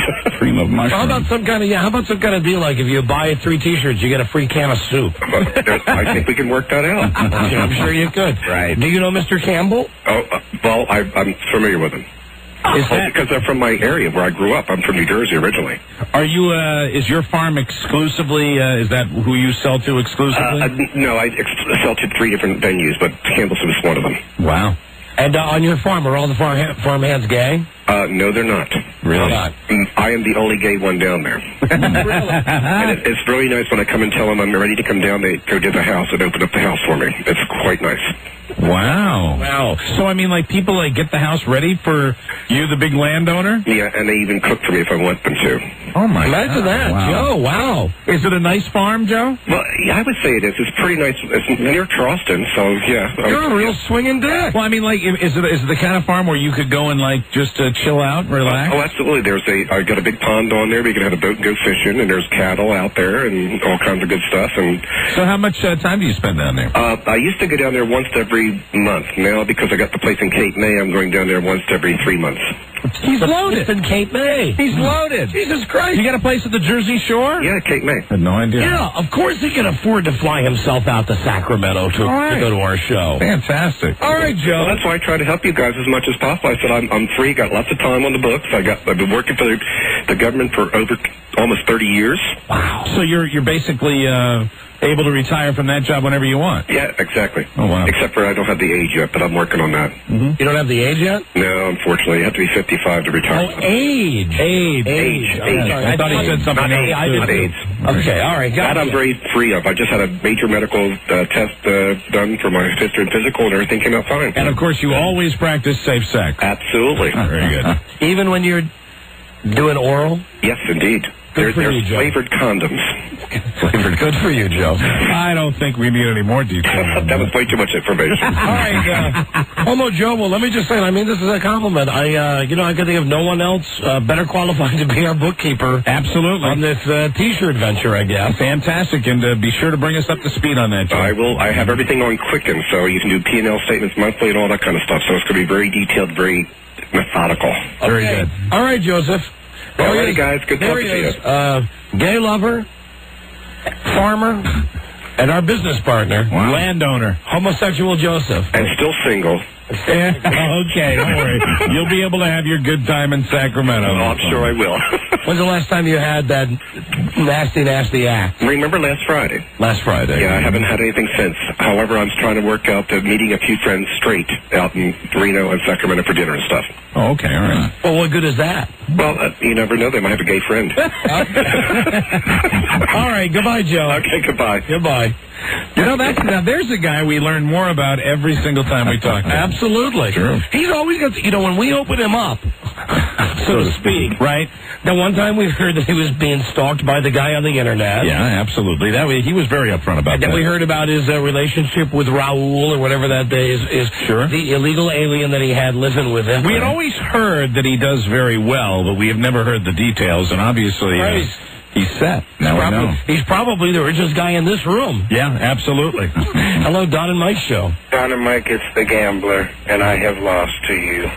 Oh, right. Chris? Yes, Chris. The Washington Capitals came through. Yes, they did. They came through for me. They lost. What time are you coming down tomorrow to have your head shaved? I can come after work. I get off at 5. Great. See you tomorrow about 5:30, I guess. All right, and if Lisa could just give me directions, that'd be great. No problem. Hey, I'm from Loudon. Stand-up guy. Yes, sir. Appreciate that. Not a problem. I was really hoping to, wait till, tomorrow to call you so they could come back to Washington, but no. Yeah, you knew that wasn't going to happen. Yeah. The Capitals always lose. Yeah, it really blew. Yep. Okay, hold on. Yes, sir. Hey, now, listen, that's a great guy. Mm-hmm. That guy called in. He made a bet, right? I didn't even have to offer anything up in a bet. Mm-hmm. The bet was simply, if the Capitals lose, he shaves his head. If the Capitals won, all he could do was call up and say, hey, the Capitals won. You had to pay him $100. Oh, is that what I... No, I got $100 with Stossel. With the Capitals? Yes. Oh, I thought that was with this guy. No, I got a $100 bet with Stossel. Oh, all right. So and he comes in and shaves his head, and when Stossel rolls in here, he's going to have to give you $100. $100, right. Wow. So it worked out real well. Thank you, Caps. They're the best. I mean, they're the worst, but they're the best. No wonder you love them. Hello? Don and Mike show. Hello? Hello? Hello? Hi. What's up? What? You're on the phone. Hello? Hello? Now you're stopping talking, sir. All right. Oh, you dope. That's rude. Jesus Christ. Hello, Don and Mike show. Hey, how you doing? Everybody's having trouble getting started. I've been sitting on hold for a while, so I had you on speakerphone. Yeah. All right. Listen, I'm in New York City. I heard your show yesterday. Yes. First of all, it was a good show. I'm a new listener. My grandfather, my grandmother, both founded the Tourette Syndrome Association, as well as family members. Myself, I don't have it, but I have family members that do. But like I was saying, they founded the Tourette Syndrome Association. It's worldwide now. I was hearing a few things, and I just wanted to correct. You said, was there a club? I forget who. It was either Don or I forget. Oh, it was probably me. Okay. My name's Mike, sir. Since you're new to the show, Mike. Hi. No, I know the name of the show. Okay. I've listened to you more than once. I mean, I'm just saying. I just wanted to let you know that I would love to, if there was any situation that you would need someone down there that would be able to verify. First of all, I heard a few callers. I'm a firm believer. If you can't spell Tourette, you don't have it. So, I mean, there were some people calling in. I don't know if they did or didn't, and there aren't too many people that would lie. So let me just cut to the chase here. What you're saying is you're going to verify whether our Tourette's people are legit or not? I've seen some people. I don't want to drop a name because I know that you. No need to answer that question, sir. What is your point? Please what I'm trying to say right now. Okay. Jesus. What is it? There's some people that have gone on other radio shows, and I have definitely seen and witnessed that they were just there. They've maybe seen another person. Well, listen, what are you saying? If we do have our Tourette's party, for people with Tourette's, we're gonna get medical papers from them, or they're gonna bring family members with them. Okay, that's what I see. Now I only caught the end of the show, and I tried calling you guys, and the show had ended here in New York. I tried calling. I didn't catch the whole show, so I heard half of it. Okay, all right. So, thank you. Thank you. Take care, guys. Bye bye. See you later.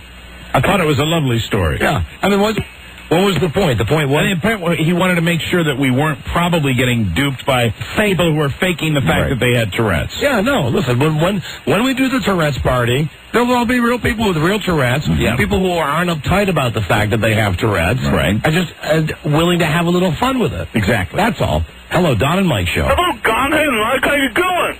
Here's someone who doesn't have Tourette's. He doesn't have Tourette's. No. People, in grocery stores have asked me, do you have Tourette's syndrome? Because I was saying XXX for something I couldn't find. Right. What can we do for you, Dennis? Hello, can I announce that I'll Dennis, can I tell you, that was one fine piece of comedy there. What, Dennis? Dennis, I already read your plugs that you're going to be at the Ralph's Supermarket and at Carl's Jr. Oh, okay. I'm in the airport. I can't hear you. Oh, are you flying out to Sacramento today? Yeah, tonight. All right, I know what this is. This is the call where Dennis wants to announce what time his plane is landing and what airline he's flying. Because Dennis likes to be greeted at the airport. I like to find people in Sacramento. All right, sure, Dennis. Okay, I'm going to be arriving on flight 1691 at 9:40 from Denver. 1691 United Airlines. He's not too full of himself. He does this all the time. He calls up and he announces the flight number that he's going to be on. Because he's going to expect when he gets off the plane, there are going to be people there with posters, signs and stuff. I just want I got some merchandise in my bag that I want to get rid of. It's heavy. Picture, if you will, the Beatles arriving at Kennedy Airport in February of 1964.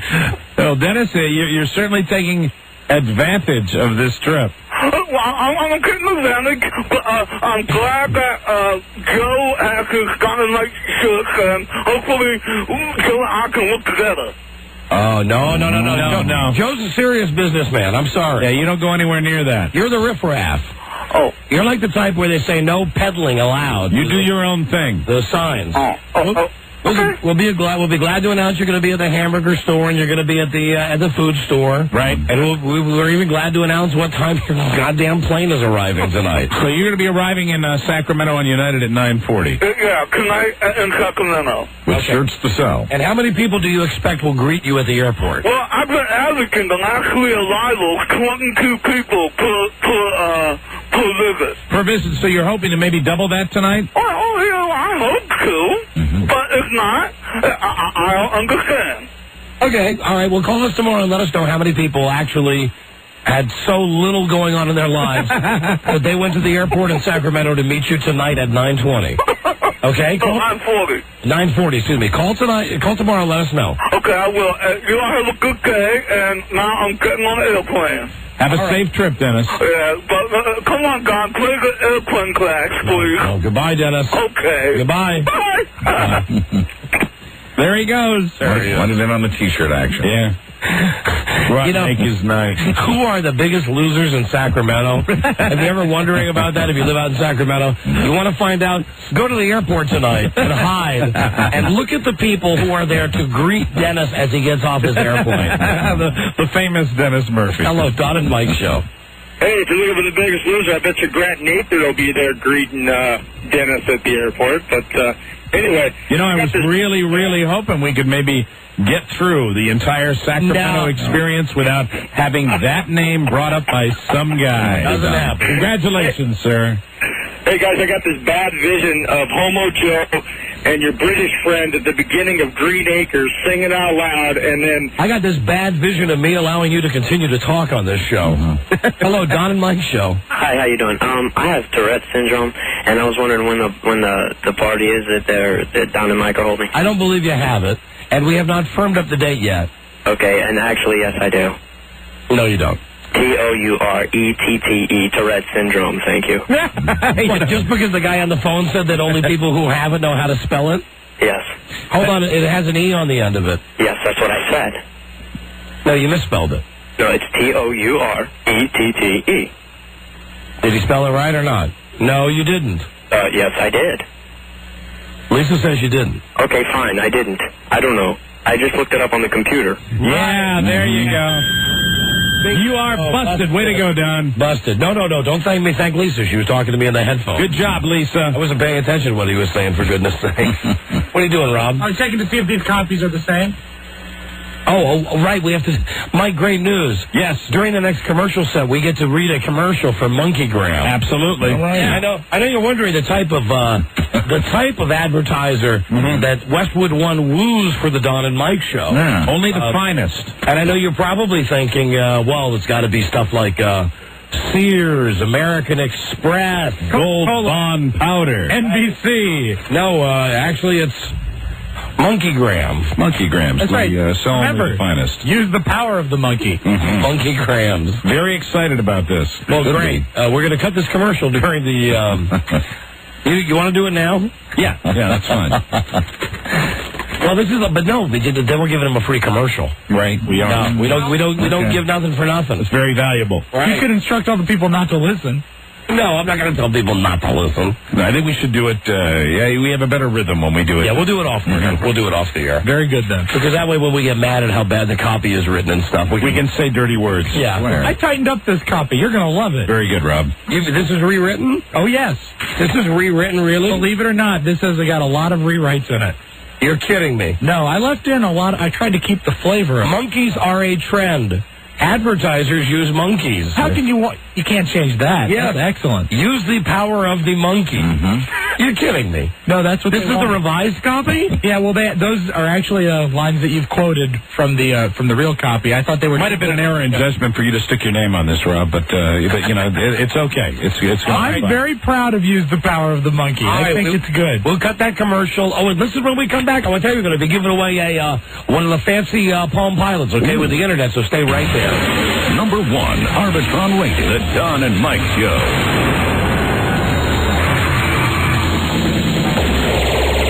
Me? That's why the bosses sent me out here. They wanted me to make sure none of the other crews robbed the joint. Like these two balloon heads over here. They were going to try to bang us out of 200 grand? Yeah, right, I'm sure. Working directly under Melvin and Sumner, Don and Mike. I'm proud to be under here. Absolutely. Buckets in hand. Buckets akimbo. Like the piss boys. Just the cats there leaving. Right. Hello, Don and Mike Show. Hello? Hello?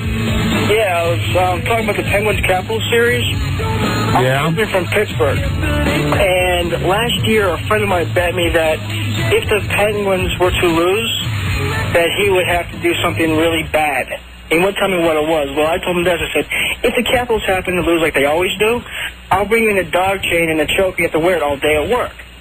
Well, he wore the dog chain and choker all day. This year, two of my friends bet me that if they were to lose again, I would bring in a Capitals or Penguins, two of my Penguins jerseys, and they would wear it all day at work. Have a show of hands. Well, let me tell you.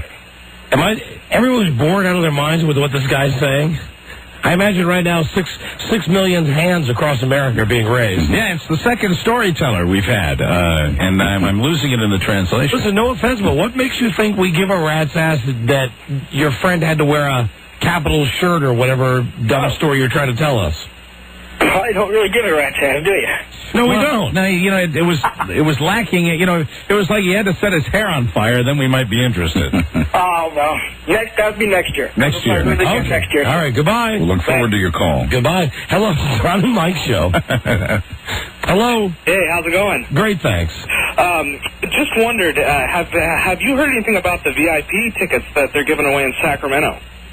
We know they're giving away something called VIP tickets, yeah? Yeah, well, I was just wondering if you'd seen them, how nice they look, and possibly if you were made aware of what's printed on the front of them.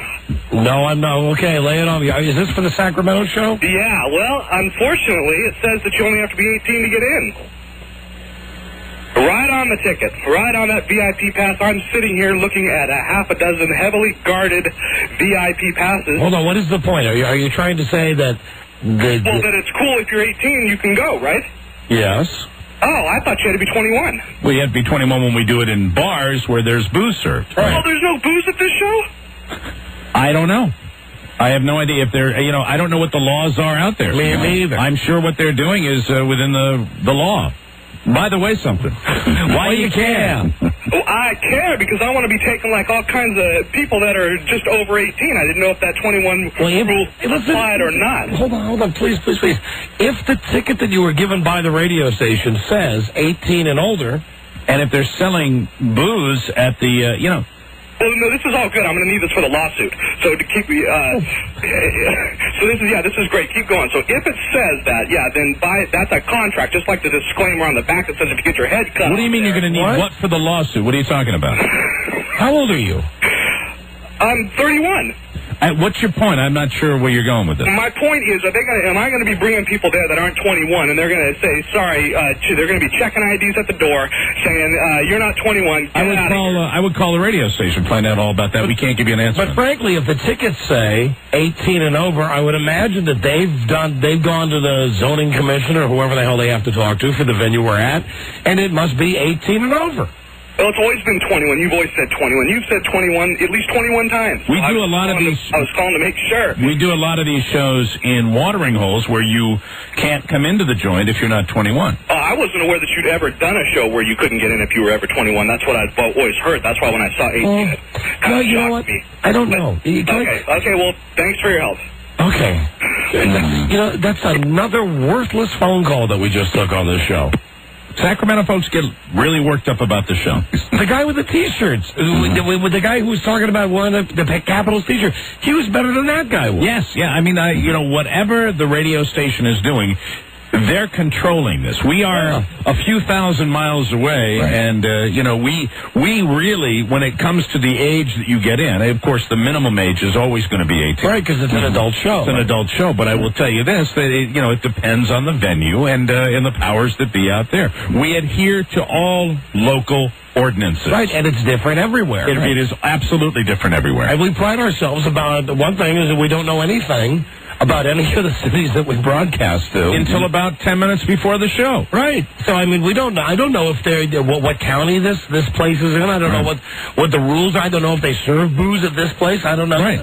I don't know what you're asking me for. Right. I'm lucky I get in my car every day and I make it here.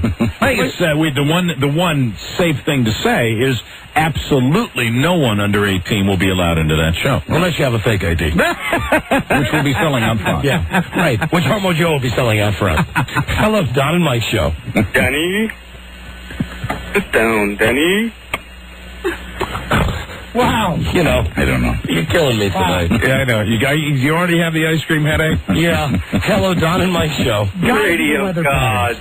What, Robbie? It's got to be the weather patterns. It's dropped like 30 degrees since we've been here, and people, their heads are dying. Hello? They know not what gods. they see. Hi. Hey, Don, I just got to tell you, man, your impressions are unbelievable. Thank you. I'm very proud of that. I'm sorry. Was that Mike? What? No, you had it right. Oh, I had it right? Okay. Yep. Hey, how come your English friend's home today? Mike, how come your English friend is home today? Well, I don't know. He's probably just drinking.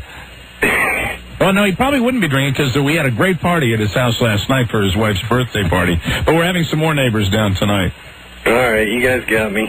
Right. Sorry. Okay. See ya. I'm going to say goodbye now. One of my character voices because I'm fantastic with You're impressions. actually pretty good too. No. I'm the best. I'm Mike. You're going to say goodbye in one of your character voices? Listen to this, okay? Now this is my Arnold Schwarzenegger, okay? Here we go. All right. Oh God, not that. Get ready. Yeah, no, it's great. Come on, F you. I do the best. Oh God. All right. Goodbye. Bye.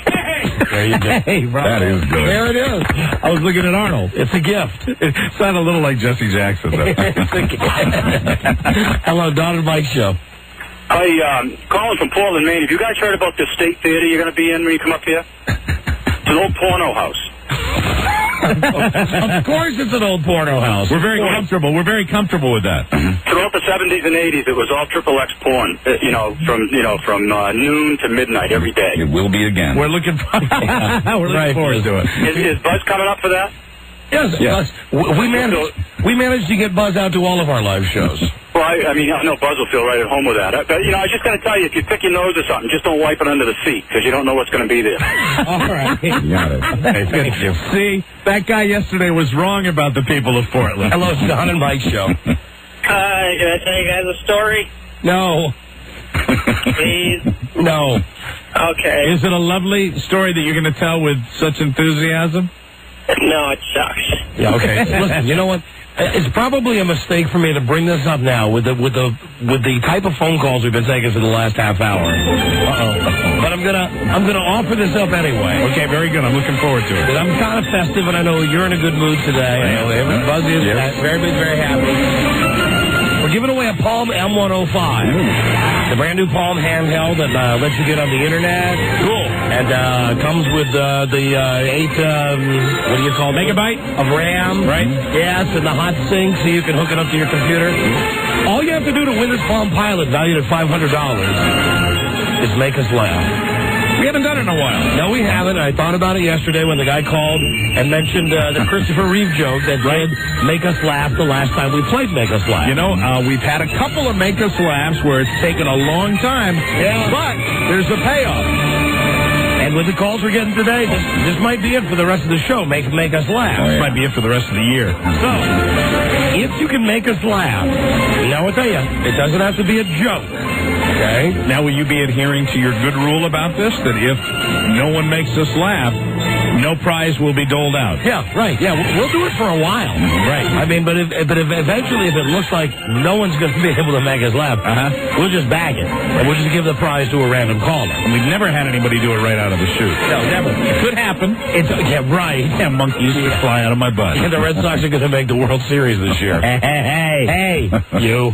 So be the caller that makes us laugh. It's a real simple game. Make us laugh. Make any of us laugh.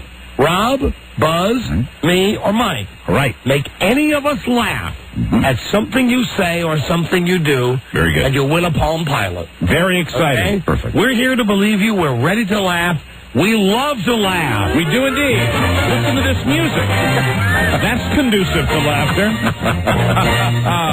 So call now at 877-365-3636. A Palm Pilot on the line if you make us laugh. Number 1, Arbitron Radio, the Don and Mike Show.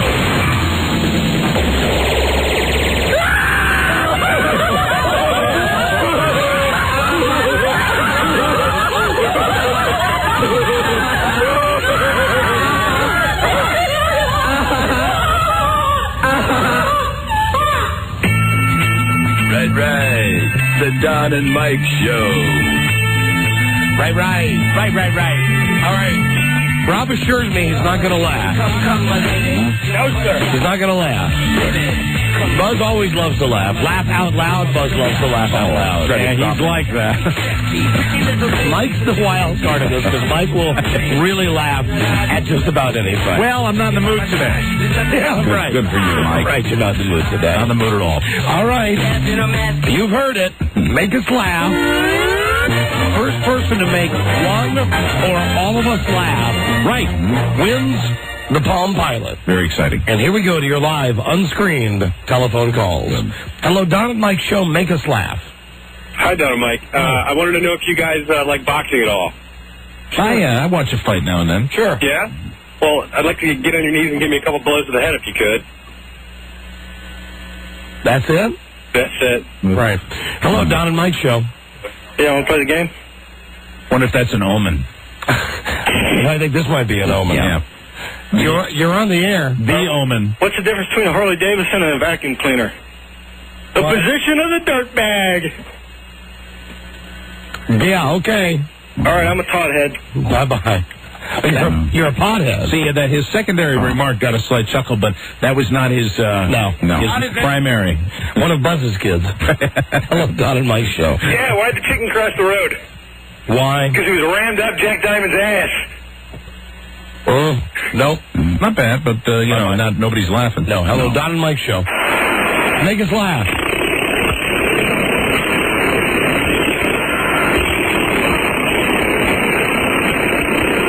Was it like a mechanical fart machine or something? I have no idea, but it was not funny. Hello, Don and Mike Show. Make us laugh.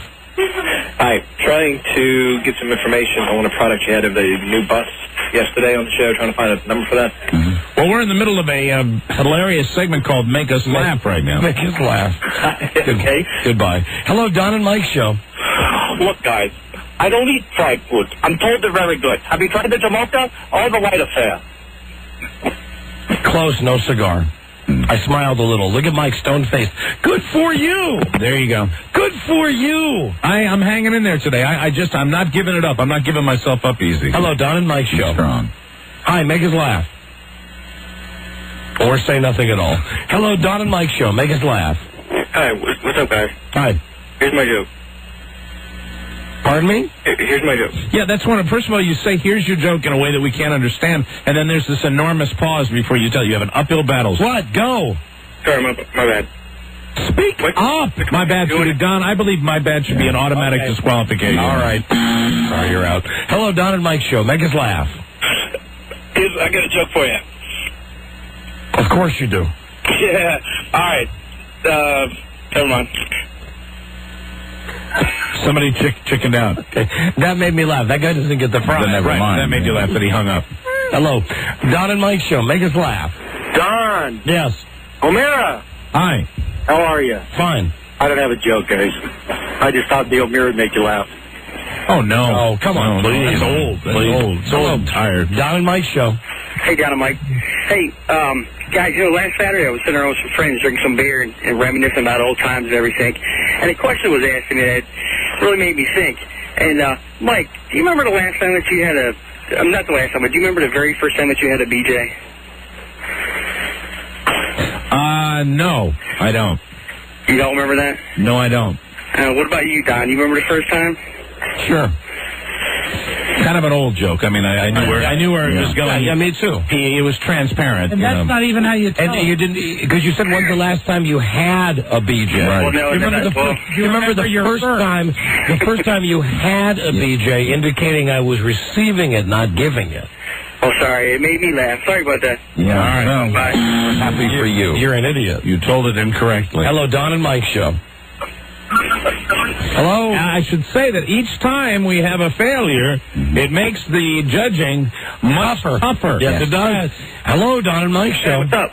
Put your jovial judges in crappy moods. Right. Hello, make us laugh. Hey, do y'all know why North Turner's face looks the way it does? Why? It caught on fire and someone tried to put it out with a fork. Boy, that's old. Jesus That's Christ. old. You know, That's pathetic. I do not know what they're doing. if it was the first time, you know, you know what? Frankly, ice pick is funnier, not fork. Or track shoe. Right. Shoe. Hello, Don and Mike show. I am telling about the tires you have for sale in the paper. I can't even understand what he's saying. You have tires for sale in the paper. Please, someone, please make us laugh. Please. For God's sakes, put us out of our misery. This is always a lengthy exercise, and It is. someone's out there. Someone's got the gem. Hello, Don and Mike show. I don't know if I can make you laugh or not, but I need some advice. I have a beard, and I know Mike used to have a beard. I don't know if Don does too.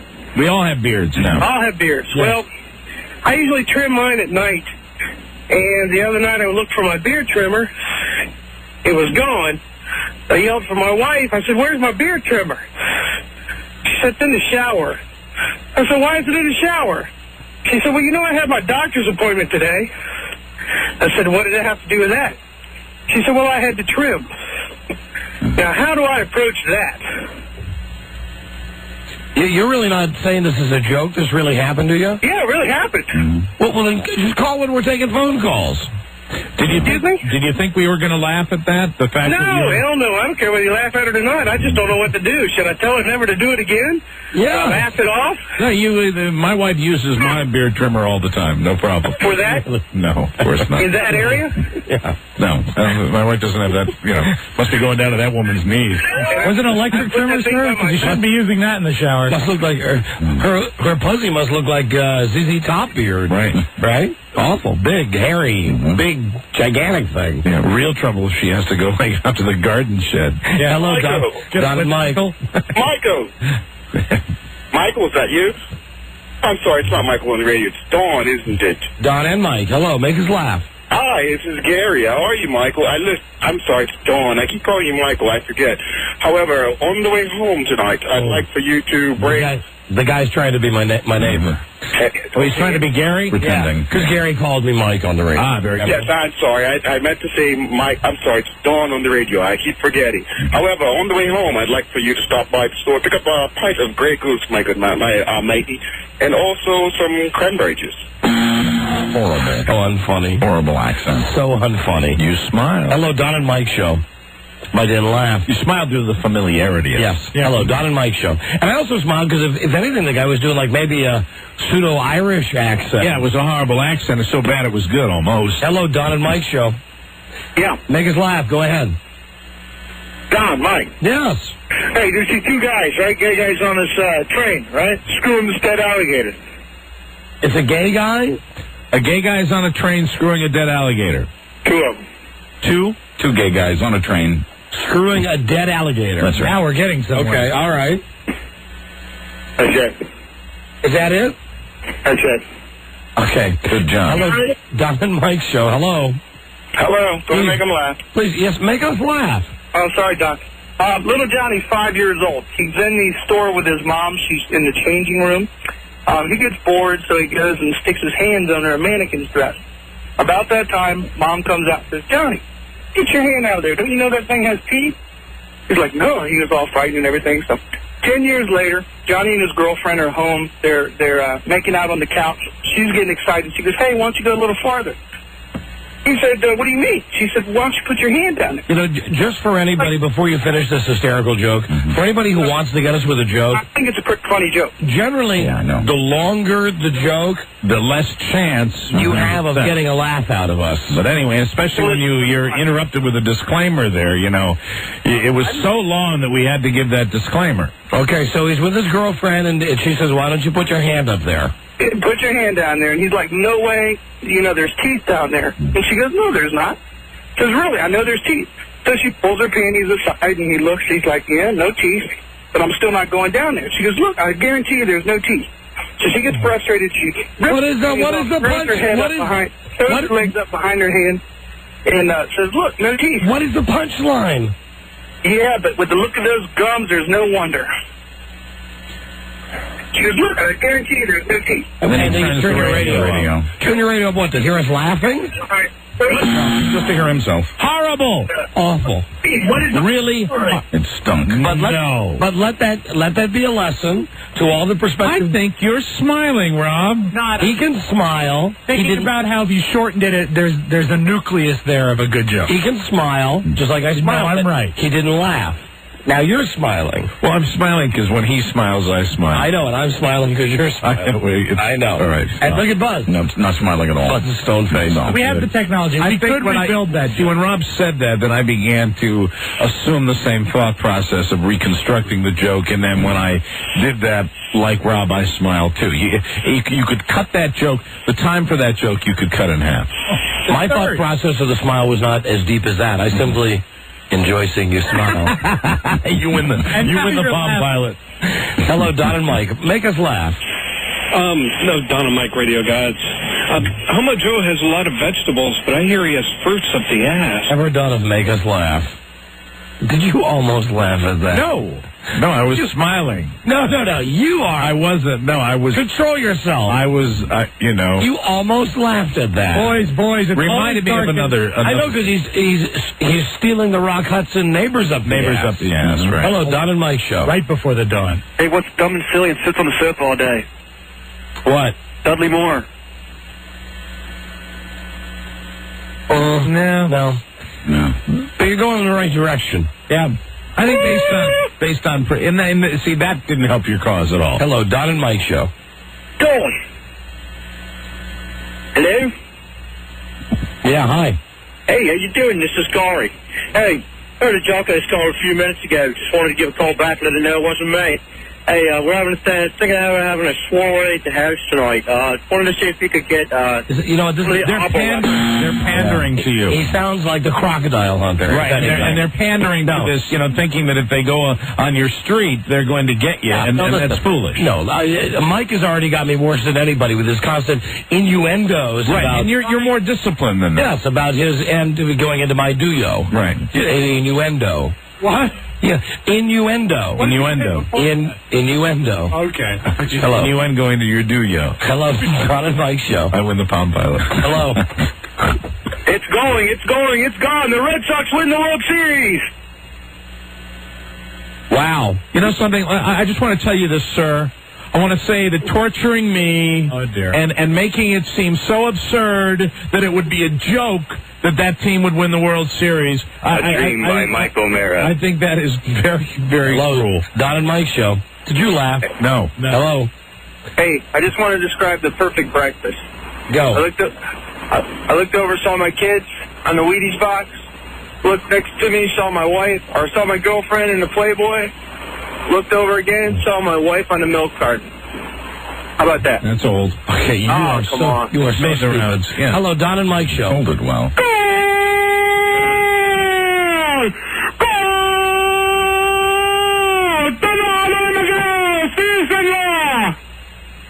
No. Hello, Don and Mike show. Make us laugh. Hello? We have to, we're being very cynical right now. We're and unappreciative, but we do appreciate everybody trying. Yes. I mean, we do. We really do. Not really, because these people aren't trying. These people calling us now are idiots. Hello, Don and Mike show. You have a staph infection. Goodbye. Kind of a Rosie O'Donnell. You have a staph infection. Okay. Rob. Hello, Don and Mike show. Did you laugh at that, Rob? No, Rob was smiling. Rob. I didn't. Hello, Don and Mike. Make us laugh. How are you guys? Hi, we're great. Mike, did Don ever tell you what he was saying on the phone when he was on that cameo on King Queens? What he was saying on the phone? What he was hearing on the phone. What? No, boo-boo, your ass doesn't look big. Oh, come on. Oh, yeah, right. Come on. Yeah, I like that reaction when it's like, oh, come on. Yeah, that'll do it. Yeah, that's funny. That's great. Move to Hollywood. Thanks. Jay Leno buys jokes from anybody. Hello, Don and Mike show. Hi, there was a man walking down the street, and he came across 3 nuns. Well, the first nun saw him, and she had a stroke. The third nun saw him, and second nun saw him, she had a stroke. The third nun saw him, but she didn't touch. You see, you told it wrong. Okay, goodbye. How did she screw that joke? I mean, I know it's not a funny joke anyway, but she screwed it up even in its first nun, second nun. She said third nun before she said second nun. And the guy, she never said the guy was naked. Hello, Don and Mike show. Oh, God. Hey, what's up, fellas? Hi, make us laugh, please. Why'd they make aspirin white? Why do they make aspirin white? But why did they make aspirin white? Why? Because they want it to work. That's one of those Klan jokes. That makes you laugh, Rob? No, it was better when I wrote it. I love Don and Mike show. How do you make a hot dog stand? How? Cut his legs off. Hello, Don and Mike show. I like to make him laugh. You almost got Mike with that stupid joke. Look, you have to cover your mouth. I like the dumb ones. Hello, make us laugh. I just said that hot dog joke, if he's listening right now, he was close. He was closer for me than anybody else that had called. Hey, Don. Yeah. Are they back together yet? Are you going to say these nuts? No, your butt cheeks. Not working. Not working. And a giant step backward. Yes, right. Please, leave my ass out of this, everybody. Hello, Don and Mike show. Hi, I got a joke. I mean, unless it's truly funny, then go ahead. My ass is fair game. Mm-hmm. Hello? Hello? Yes, make us laugh. Okay. Penguin goes to a mechanic, says, something wrong with my car. Mechanic says, okay, it'll be about 20 minutes. It'll take some time. Go do something. Come right back. Who goes to the mechanic? A penguin. A penguin. Okay, a penguin. Okay. Says it's going to be 20 minutes. Go, take your time, and come back. Penguin comes back, and the mechanic says, hey, looks like you have a blown seal. He said, no, that's ice cream. Sorry, I blew the joke. Yes, God, why is everybody screwing up the joke? Hello, Don and Mike show. Please make us laugh. All right, check it out. Bobby's in the kitchen. His dad walks in and says, Dad, guess how old I am? Dad says, I think you're 7. He goes, yeah, how'd you know? He goes, I know these things. So Bobby walks into the living room. Grandfather's on the couch. Says, Grandpa, guess how old I am? He says, I don't know. Come here, Bobby. So he walks over. Grandpa zips down his pants, reaches in, gives him a little feel, and says, I think you're 7. Bobby goes, yeah, how'd you know? He goes, I heard your dad in the kitchen. Come on, guys. Okay, I didn't laugh at that. Hello, Don and Mike show. What do you tell one with 2 black eyes? What? Nothing. You already told it twice. Shit. Don't do it. It's not funny. I didn't. Only funny if you tell it right. Yeah, we'll be blazing some new trails here that I don't want to blaze. Thank you very much. I almost laughed at those last 2. Jesus Christ. Hello. Wearing you down. Make us laugh. What's the difference between a Jew and a pizza? I'd like to really put a moratorium on the bigot jokes. I really would. I think it's bull. I really do. And I think that's... No, I know this joke, and this joke's offensive to a large group of people. I mean... You write down the answer for me? Yeah, well, yeah. I mean, I'll tell you. If you pot it down, I'll tell you, Okay. All right. I mean, if you want to do that, Buzz, if you want to talk, All right, hold on. I'll turn our microphones off. Okay. It hasn't been a great day so far for Make Us Laugh. People keep trying. They're desperate. They're nervous. But nobody succeeded yet. And now the jokes have turned ugly. I gave Don the punchline. Well, now that one you're right about. That is a bad joke. Yeah, and we don't want. Let's move away from that arena. Take a turn. Hello, Don and Mike show. Oh, there's someone who gave up. Yeah, they quit when they heard that little caveat. Yeah. Hello, Make Us Laugh. Hello? You know, we may not give away the Palm Pilot. Might not happen. Hello, Make Us Laugh. I should point out, everybody does try the Grease Man when we're doing Make Us Don Laugh. is the gay version of a Benny Hill girl. What was that? Don's the gay version of a Benny Hill girl. All right, thank you. That's simply a statement of fact. Nothing that would make us laugh. Nothing funny about that. Hello, Make Us Laugh, please. It's me? Yes. Hey, if you throw a cat out the window, does it become kitty litter? The phone is so Cat bad. out the window, does it become kitty litter? If you throw a what out of what? If you throw a cat out the window, does it become kitty litter? Kitty litter. Okay. Hello, Don and Mike show. Please make us laugh. Oh, I'm glad Buzz likes to share you. Oh, Marcia. Swing with me, baby. Oh, Marcia. All right, that guy would have been the winner if that was the first time he had done that bit. Yeah. Right. It was kind of a repeat. He calls all the time with it. Yeah. But I do like the fact that he's worked Buzz's wife into it now. And he's going full circle. He's gotten almost everyone. Yeah. Hello, Don and Mike show.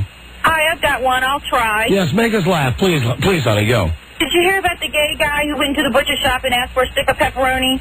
The butcher said, "Would you like that sliced?" And the guy says, "What's my ass look like, a slot machine?" Okay, we're still waiting. Nice try. I like it. I love the incredulous reactions. Oh, come on! Hello, she's very popular. Make us laugh. Hello. Yeah, what's the difference between a snowman and a snow woman? Snowballs, come on.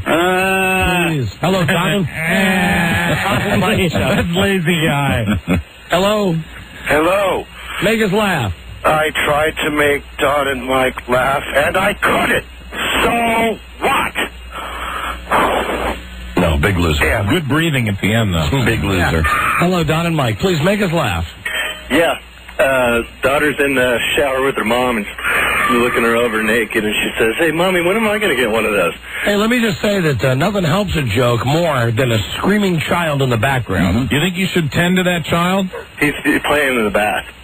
He's playing in the bath? How old, sir? 3. He just turned 3. Yeah, and just realize that you're the father, and that's why the screaming is Trying to drown himself. Okay. Give Rob the Palm Pilot. All right. You ready for the rest of it? Oh, yes. All right. So she's looking her over, and she says, "Mommy, when am I getting one of those?" She says, "When you get older." So later on, the dad's in the shower, and she goes in there, and she says, "Hey, Daddy, when am I going to get one of those?" And she says, "Oh, when your mom goes to work." Okay. Hello, Don and Mike show. Wow. Yeah, make them laugh. Yes, please, someone make us laugh. Go ahead. What's the difference between a 69 and getting mugged? What? There we go. Delete that out. I didn't get it. I didn't either. It really doesn't work. I think Wasn't it quite should be right. maybe- Unless you're being mugged by a woman. I think maybe it's supposed to be a-hole. Hello, Don and Mike show. Right. Hello, please make us laugh. Horse walks into a bar. Bartender says, "Why the long face?"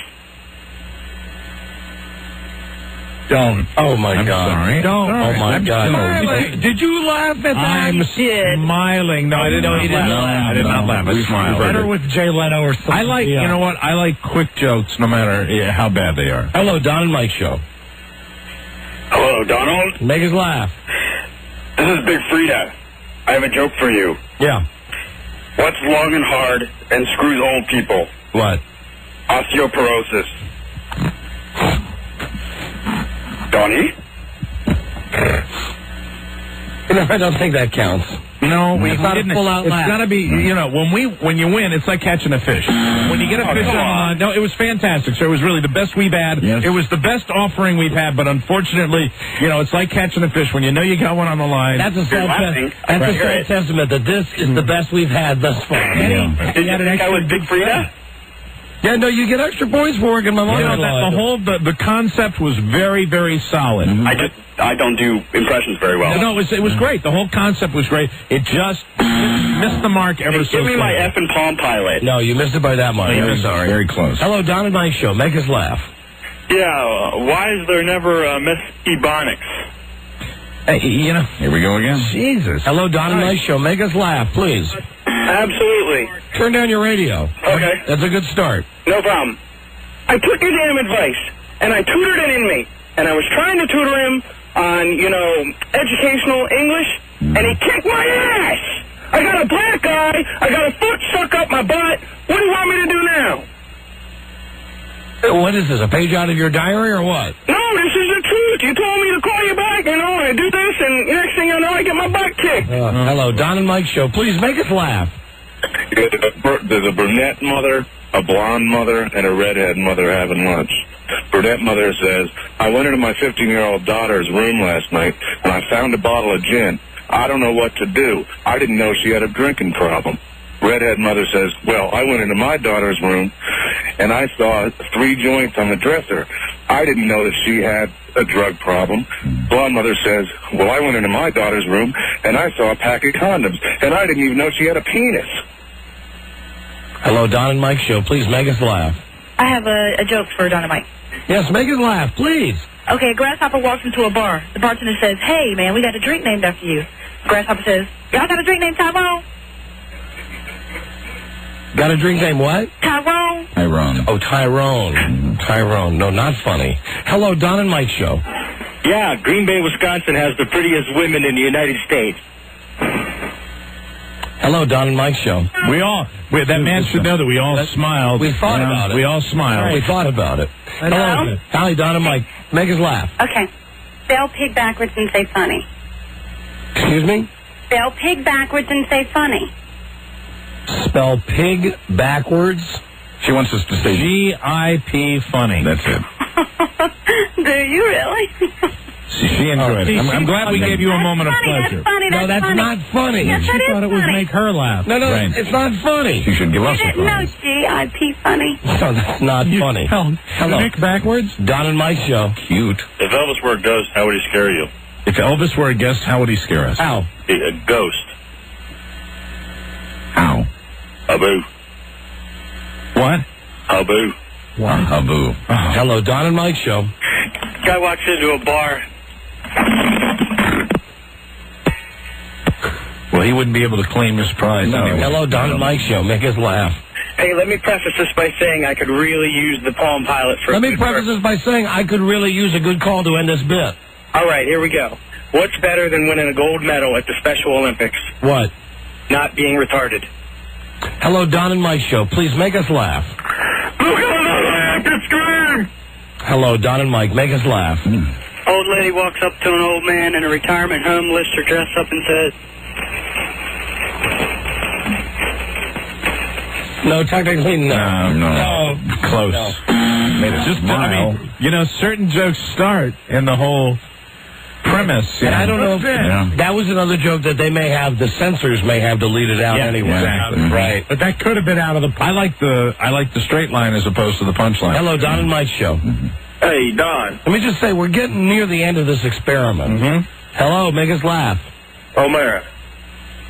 This is Cody Gifford. I'm calling to request All for One by the Backstreet Boys. Hello, Don and Mike Show. Make us laugh. Hola, mi amo Surf. Not today, sir. Hello, Don and Mike. Make us laugh. What do 1,000 battered women have in common? What? They don't listen. Well, that's old. Hello, Don and Mike. Make us laugh.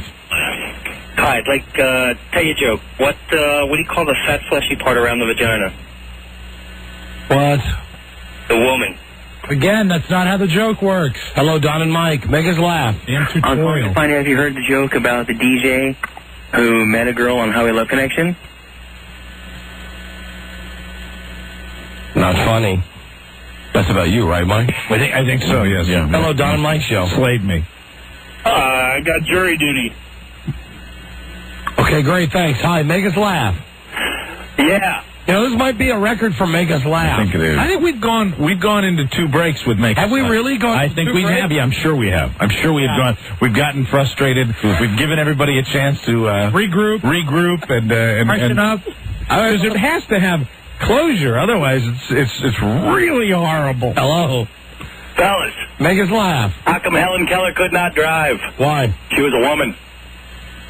All right, listen, I'm going to take Mike's advice. I think there's someone out there, Don. I swear to God, somebody's got to be out there. All right. You know what? We'll give this one more break. And I will accept full responsibility if someone doesn't make us laugh in the next segment, but none of the blame. That's you all the way. Thank you very much. So keep calling. Please.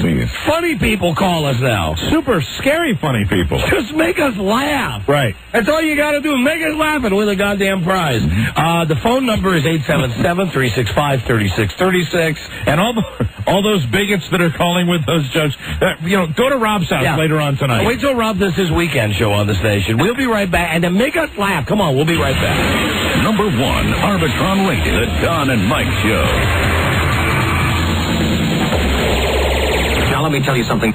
There are 2 things which clearly differentiate the human species from animals. 1, we use cutlery. 2, we're capable of controlling our sexual urges. Now, you might be an exception, but don't drag me down into your private hell. Come lick their thingies. Don and Mike. All right, everybody. I'm going to put a time limit on this. 5 minutes. Wow. That's fair. Only 5 more minutes. Boy, that's going to be tough. To make us laugh. Okay. 5. Yeah, I agree, Rob. 6. Don, come on, 6. 6 minutes. If we go to 6, we'll go to 7. No. You just flashed up 20. We just did 20 minutes of Make Me Laugh. I know. You know, and wasn't it fun? It's fun. Okay. I'd be lying if I didn't say I enjoy it. Hello, Don and Mike. Make us laugh. Please, for the love of God. Don and Mike. Hey, when Bart was about 7 years old, he and a friend were out front of the house, and his friend goes, Bart, you know what a penis is? And Bart goes, no, but I can run in and ask my mom. So he runs in and he goes, Mom, what's a penis? Frida goes, well, Bart, you're getting to be about that age. I think you might want to go ask your dad. So Bart runs upstairs and he goes, Dad, what's a penis?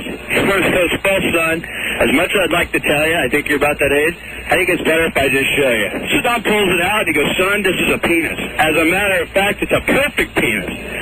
Bart is he's so excited, he can't contain himself. He runs downstairs, he runs up front of the house. His friend goes, do you know what a penis is? You find out? He goes, yeah. He goes, I can't tell you, I gotta show you. So he pulls it out, he goes, this is a penis. As a matter of fact, if it was 3 inches shorter, it'd be a perfect penis.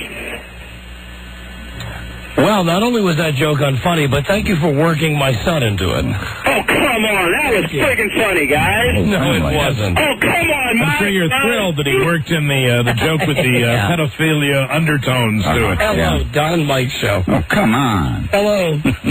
Make us laugh. Okay. One day in the future, Bill Clinton has a heart attack and dies. He immediately goes to hell where the devil is waiting for him. I don't know what to do here, says the devil. You're on my list, but I have no room for you. You definitely have to stay here, so I'll tell you what I'm going to do. I'm going to have a couple of folks here who weren't quite as bad as you. I'll let one of them go, but you have to take their place. I'll even let you decide who leaves. Clinton thought, that sounds pretty good, so the devil opens the first door. In it was Ted Kennedy in a large pool of water. He kept diving in the surface and coming out of... This is not funny. I know this is not... It's funny, guys. Come on. How long until it gets funny, honey? Just a few more... I'll give it 30 seconds. And what magazine are you reading this out of? It was an email I got 3 weeks ago. Anti-Clinton email? I've never got any of that. Hello, Don and Mike Show. Make us laugh, please. Did you hear Calista Flockhart is having a hard time selling her home? Why? No kitchen. Oh, come on. Come on. Hey, the funniest stuff on The Daily Show with Jon Stewart and this stuff. Hello, Don and Mike. Oh, yeah, I have a good joke for them. Pardon me? I have a joke for Don and Mike. You said a word before joke. A good joke? Yeah, it's quick. Hopefully it's good. All right. Well, listen, you're on the air with us. Oh, awesome. Hey, what's the best thing about getting a 16-year-old girl in the shower with you? What? You get her hair wet, she looks like she's 12. Hello, Don and Mike Show. How many? You know what's weird? A lot of How many pedophile jokes have we had? A lot. Should we be worried about our country? I think we should. I hate to make it that big, but that's scary as hell, man. Hello, make us laugh. How did Pinocchio find out he had a wooden dick? Huh? How did Pinocchio find out he had a wooden dick? How? The hand caught on fire. Okay. Hello, Don and Mike Show. Oh, now Buzz almost laughed at that. I smiled. Buzz almost laughed at Well, that. there was a smile in me, too, when you just picture Pinocchio, Hello, Don. J&O. Don and Mike show. Okay, why do women wear so much perfume and makeup? Why? Because they stink and they're ugly. Nothing?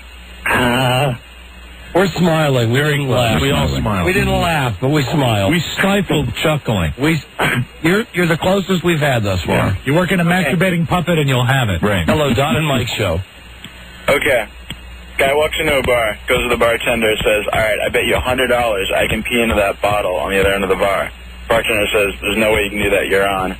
The guy whips it out, starts peeing wildly all over the bar, all over the bartender, everywhere but the bottle. Bartender laughs and says, give me your $100. The guy just chuckles and says, yeah, no problem. He said, why would you ever proposition me with something as stupid as that? He said, I bet the guy $300 you let me piss all over you and your... Hey, me and my wife, we went on vacation and went to this hotel, and this bellboy, he starts filling up my wife. I said, hey, who said you could do that? He said, everybody. All right, hello, Don and Mike show. Make us laugh, please. Hey, But first, turn down your radio.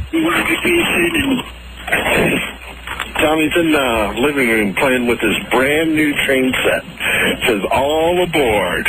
Everybody that wants to get on, get the F on. Everybody that wants to get off, get the F off. Johnny's mom comes running in and says, Johnny, where'd you ever learn such language? Get up to your room and think about what you just said. Half hour later, Johnny comes back down and says, I'm sorry, Mom. She says, okay, play with your train. He says, all aboard. Everybody that wants to get on, get the F on. Everybody that wants to get off, get the F off. Anybody who's pissed about the delay, go talk to the bitch in the kitchen. Boy, it had potential. It had wonderful We were potential. smiling at the beginning. Don and Mike show. Make us laugh. Mike, we're incidentally at 5 minutes, 30 seconds. Oh, boy. so it's coming Hello. Could be it. Hello. Make us laugh. Okay. Duck walks into a bar, sits up on the stool, asks the bartender if he has any duct tape. Bartender tells him to get out and never come back or he'll nail his webbed feet to the stool. So the duck leaves. Same duck walks into the same bar, sits down on the stool. He's not telling it right, is he? No, it's going to work, but it's going to take too long, and it's not. What's the joke, Robbie? He does this 2 more times, and he goes in and he says, do you have a hammer and nails? And the bartender says, no. He says, good. You got any duct tape? Yeah. Was that your joke? Yes, that was. Rot in hell. Hello, Don and Mike. Make us win laugh. the bomb pilot. Make us laugh. Hi, what do you call a truckload of vibrators? What? Toys for twat.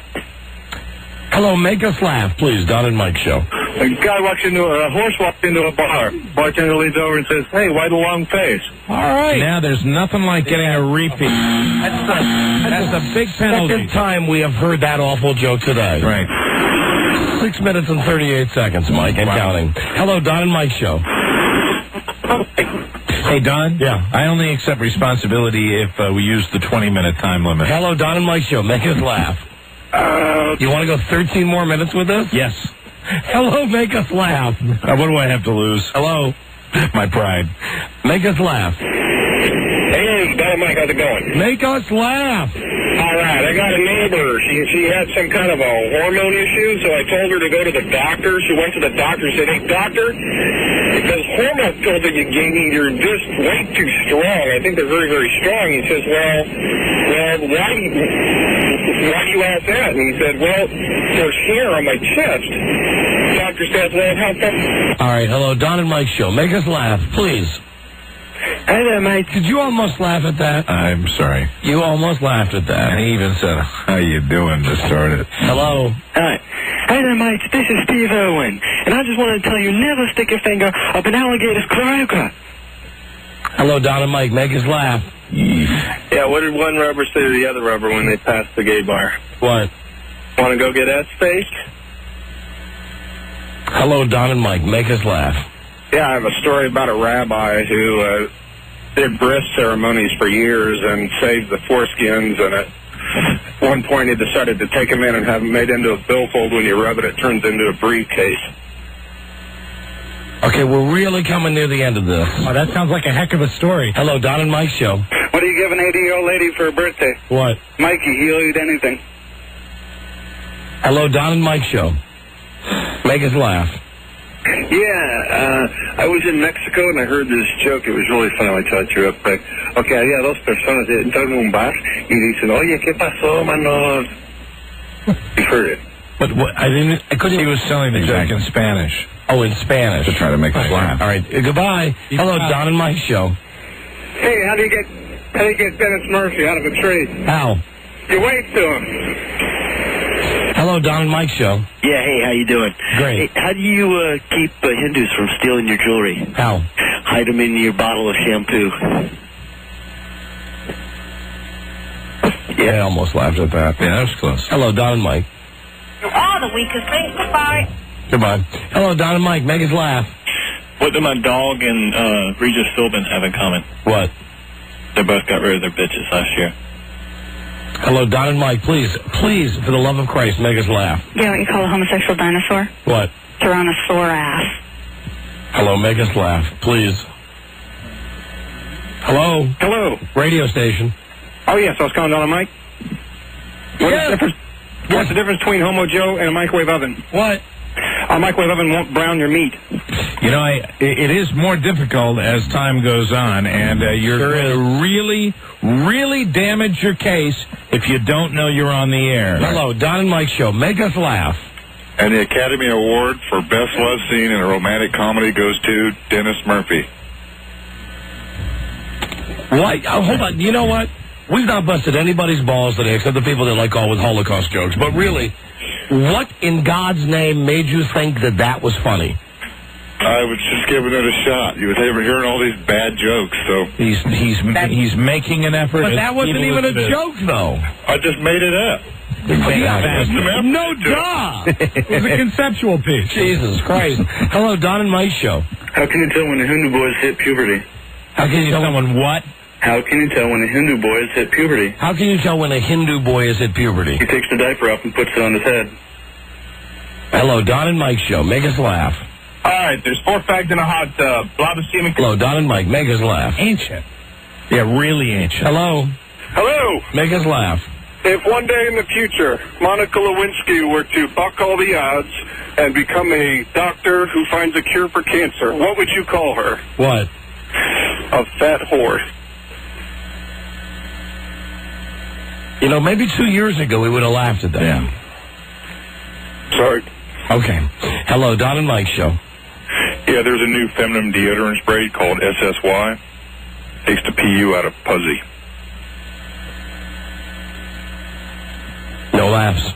It's looking kind of grim. Yeah, well, this room's looking grim now. This is a grim room. It's going to take an incredible effort to win this Palm Pilot. Hello, Don and Mike. And here it comes. Hi, how do you tell the difference between an oral and a rectal thermometer? The taste. Darn it. Would you just conservatively estimate how many times you have told that joke on this show? Millions. I'd like to offer a helpful hint. Don't tell a joke you heard on this show. Hello, Don and Mike show. Hey, Don and Mike. Hey. Perfect across the road. Pardon me? Hello, Don and Mike. Make us laugh. Got a skeeter on my beer, whack it off. Got a skeeter on my beer, whack it off. Oh, my cousin got a dozen. Can't you hear the suckers buzzing? Got a skeeter on my beer, whack it off. Hello. Road. One was assaulted. Please make us laugh. Don and Mike show. Yeah, what did the blonde say when she opened up a box of Cheerios? A blonde joke. Timeless. What? Donut seeds. Don and Mike, please make us laugh. Yeah. Guy walks into a tattoo parlor. He says, I want a $100 bill tattooed on my penis. The guy was like, okay, that's kind of weird, but I'd do it. So he sits down and does the job, and he pays him, and he gets ready to leave. And the guy says, hey, man, let me ask you a question. Why did you get that done? He said, I knew you was going to ask him. I'm going to tell you. He said, first of all, I like to play with my money. He said, second of all, I like to see my money grow and expand. He said, third of all, next time my wife want to go out and blow a $100 bill, she can stay home and blow this one. Okay. Hello, Don and Mike. Please make us laugh. Yeah, did you hear about the 80-year-old virgin who thought she had crabs? No. Her cherry rotted and she had fruit flies. Please, someone make us laugh. Thank you, ma'am. Hello, Don and Mike show. Fruit flies. Hey, Don, I understand Gary invited you over for dinner tonight. having bangers and mash, toad in the hole, followed by double cream. Hello, Don and Mike. Please make us laugh. What do fat women do in the summer? What? Stink!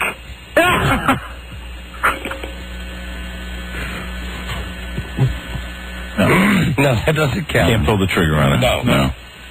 No. Teetering. Well, you know, sometimes when you get a surprise one like that. Hello, Don and Mike. Make us laugh. A boy and his grandpa was on a boat fishing. The grandpa pops open a beer. The boy says, "Gramps, can I have one of those?" He said, "Can your D reach your ass?" And he said, "No." He said, "Well, I guess you can't have one then." So the grandpa starts smoking a cigarette. The boy says, "Can I have one of those?" He said, "Can your D touch your ass?" He said, "No." "Well, I guess you can't have one." So they go to the liquor store after they're done, and the boy buys a lottery ticket. He wins $1 million. The grandpa says, "Hey, you gonna share that with me?" He said, "Does your D reach your ass?" He said, "Well, matter of fact, it does." And then the boy says, "Well, go after yourself then, huh?" Okay. Hello, Don and Mike Show. Please make us laugh. Yeah, that was one. That was a good sigh, Buzz. Yeah. Hello, make us laugh. Make us not mad. Hello. What does a woman and KFC have in common?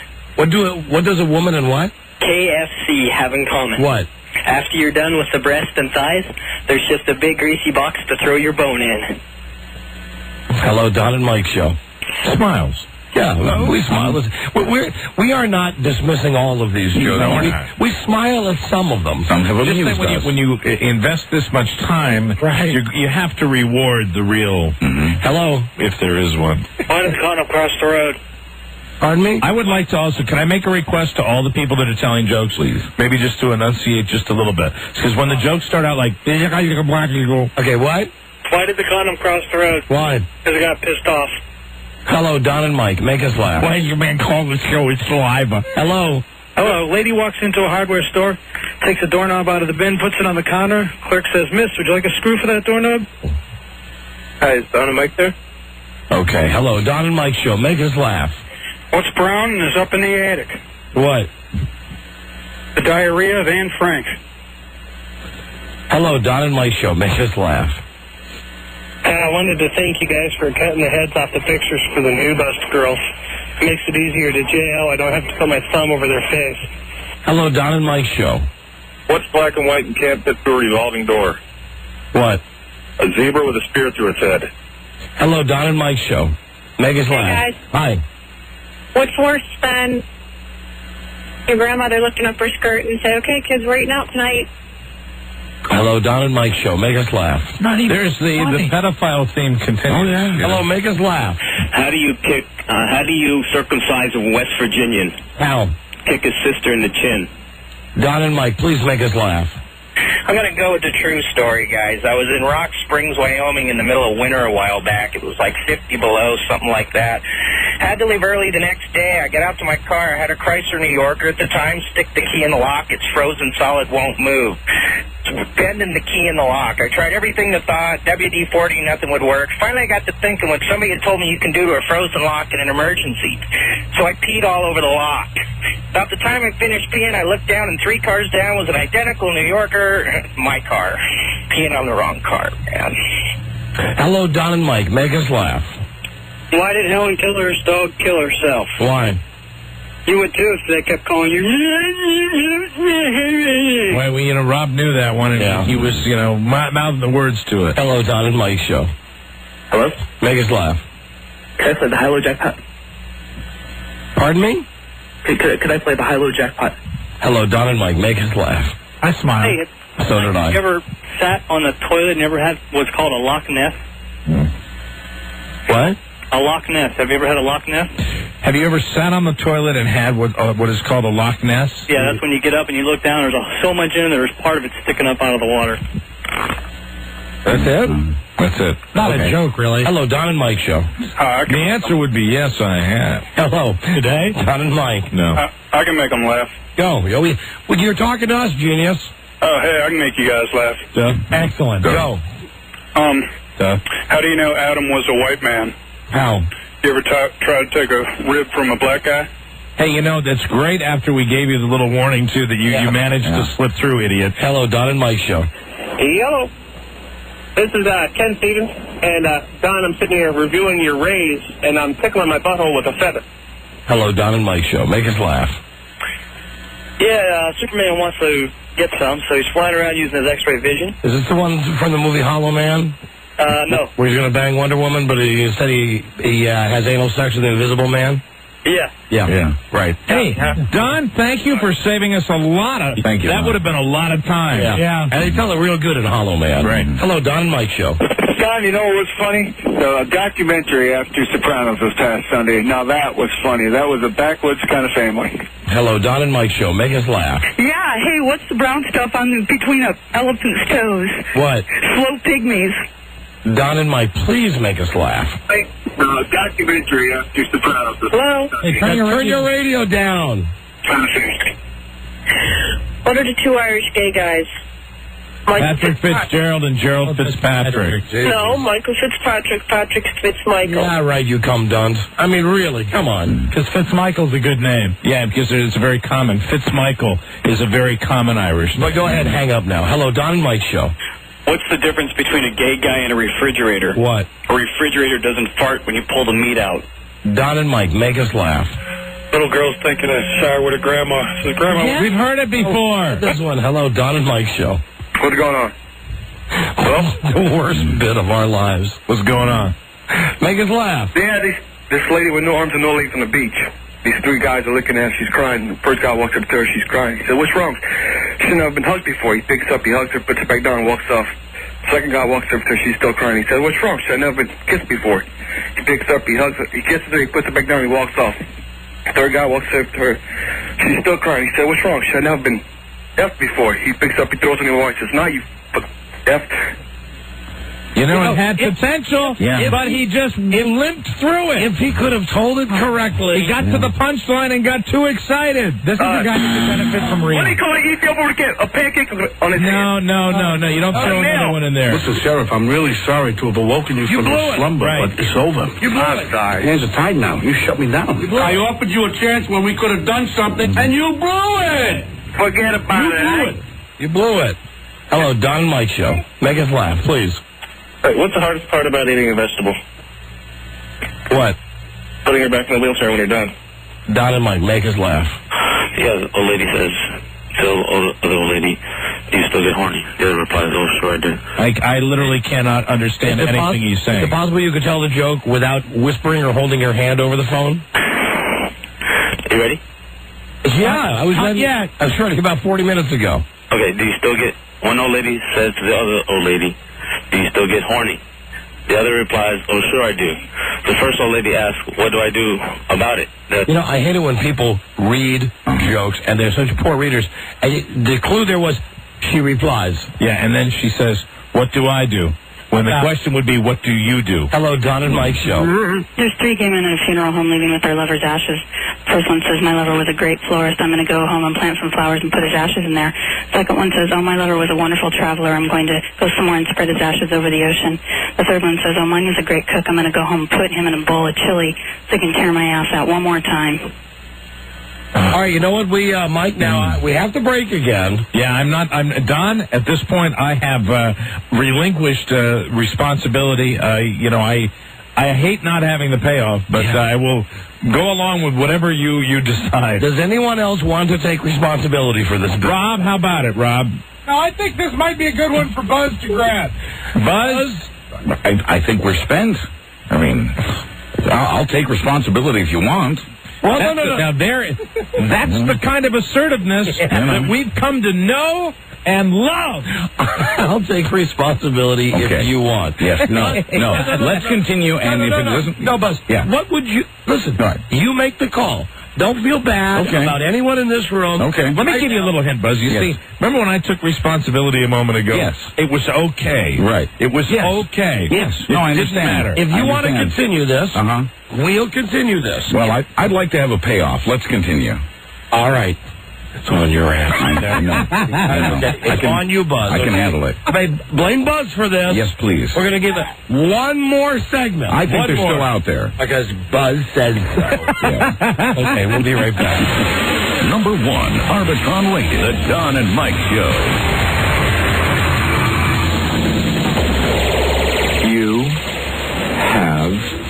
no brain. Somewhere between the taste of the scab and the smell of the Band-Aid lies the Don and Mike Show. On the phone with a radio friend of mine. Yes. A guy who works at another station, Oldies 100. He says he's been listening to the show for the last hour. He really loves it. Brian said, you guys are the only guys in the world that would take a bit this bad and go with it. There you go. For an hour. Amen. It'll pay off. Yeah, eventually. Well, no, his point was he loves it already. Sure. He said, but on a standard radio station, and he's right, that something like this, the disc jockeys would say, okay, you've got exactly 3 minutes to make us laugh. Absolutely. And that's the beauty of the show. Right. Thanks for calling. How'd you know it was him? Just guess. You know, they call him. Brilliant. Hey, man. Thanks for calling, man. Hello, Don and Mike Show. Yeah, what do you call an anorexic with yeast infection? What? Quarter pounder with cheese. Don and Mike, make us laugh. Hey, Don. Yes. How you doing today? We're doing great, thanks. Make us laugh, please. Make you laugh. Why did the punk rocker cross the road? Why? He was stapled to the chicken. I think, you know, we're going to put a moratorium on crossing the road jokes. Right. Chicken Amen. Crossing the road jokes. And now. it's safety pinned to the chicken. For this last episode of Make Us Laugh. You know what's great? It's great having brains here. Let me tell you why. Because while not a really funny joke, I mean, completely blown it. I mean, if you're going to tell a bad joke, at least tell it correct. Get it right. Hello, Don and Mike Show. Make us laugh. You ready? No. I was ready an hour ago.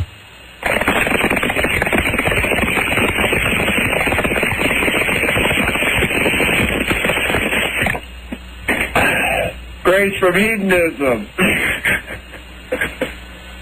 What did he say? Grace from hedonism. I don't get it. I don't either. I don't know why he said that, but it made me smile to hear that name. Hello, Don and Mike Show. I'd laugh if she came Hey, I got walking a in. joke. Yeah, make us laugh, please. Oh, I'm on the air? Right. All right. What do a pizza boy and a gynecologist have in common? What? They can both smell it, but they can't eat it. Someone's going to win this Palm Pilot. I guarantee $500. And if not, Buzz, it's on you. I understand that. I'm prepared for that. Buzz has taken the responsibility for this bit continuing. Totally responsible. It'll be fine. Hello, Don and Mike. Please make us laugh. Don and Mike, please make us laugh. Yep, the woman comes home from work one afternoon, walks upstairs to her daughter's bedroom. Daughter's up there making soup with a vibrator. Woman's in shock. She says, what are you doing? She says, I'm 35 years old. I don't have a boyfriend. I've come to the realization that this is my boyfriend. Okay, whatever. Walks downstairs. Next afternoon, her father walks upstairs, sees the same thing. Says, what are you doing? She says, look, Dad, I'm 35 years old, never been married. I resigned myself to the fact that this is my husband. Okay, no problem. Next day, mother and daughter go out shopping. They come home. They walk back in the door. Father's sitting in the chair, naked with a martini. Well, just thought I'd have a drink with my son-in-law. Hello, Don and Mike. Please make us laugh. What's easier to unload from a truck, bowling balls or dead babies? Dead baby jokes. Yeah. Been a while. That was I don't know why. Well, which one? Dead babies, because you can use a pitchfork. Pitchfork. Oh, okay. Hello, Don and Mike Show. Hey, did you hear Ken Stevens is bringing Jim McClure up to NEW? He's going to give him a show with Jeremy Coleman, Big Gum and JC comedy show. Hello, Don and Mike. Make us laugh. Hello? I figured out what the secret sound is. I hope you're happy, Buzz. Yeah, I am. I'm confident. It'll be fine. Was that your contribution? No. It's the collective sound of 6 million radios being turned off across America. I think that may be a make us laugh, but also a commentary. Well structured. Yes, but you're still listening. Because you're waiting for the payoff. Everybody is. Right? Right. Right? Right. Right. All right. Would there be anything else? That would be it. Okay. You would be a loser. Thank you. Goodbye. Right, goodbye. Hey, Goldie likes it, okay? All right. It's one guy who likes it. Goldie and Kim. Hi, Goldie. Hello, Don and Mike Show. Hi, I have a joke to make you laugh. Really? Yes, I swear I will. Be the first today. I'm from Vermont, and I think you know of our civil union law up here. Oh, you mean what, the gays can marry gays? Yeah. Right? Well, Vermonters have found out a new use for sheep. 2 new uses for sheep. Wool and meat. This is not the best make us laugh I've ever heard. No, not at all. Hello, Don and Mike. Not you. Hey, a man is driving up a road, and a man is driving down the same road. They pass each other. The man leans out the window and yells, "Bitch!" The woman yells out the window and goes, "Pig!" They keep going, and the man crashes into a pig in the middle of the road.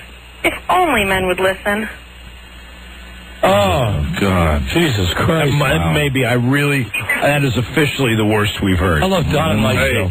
Hey, my wife's got a light on for Murphy Stone. Good. Hello, Don and Mike. Yeah. Hi, make us laugh.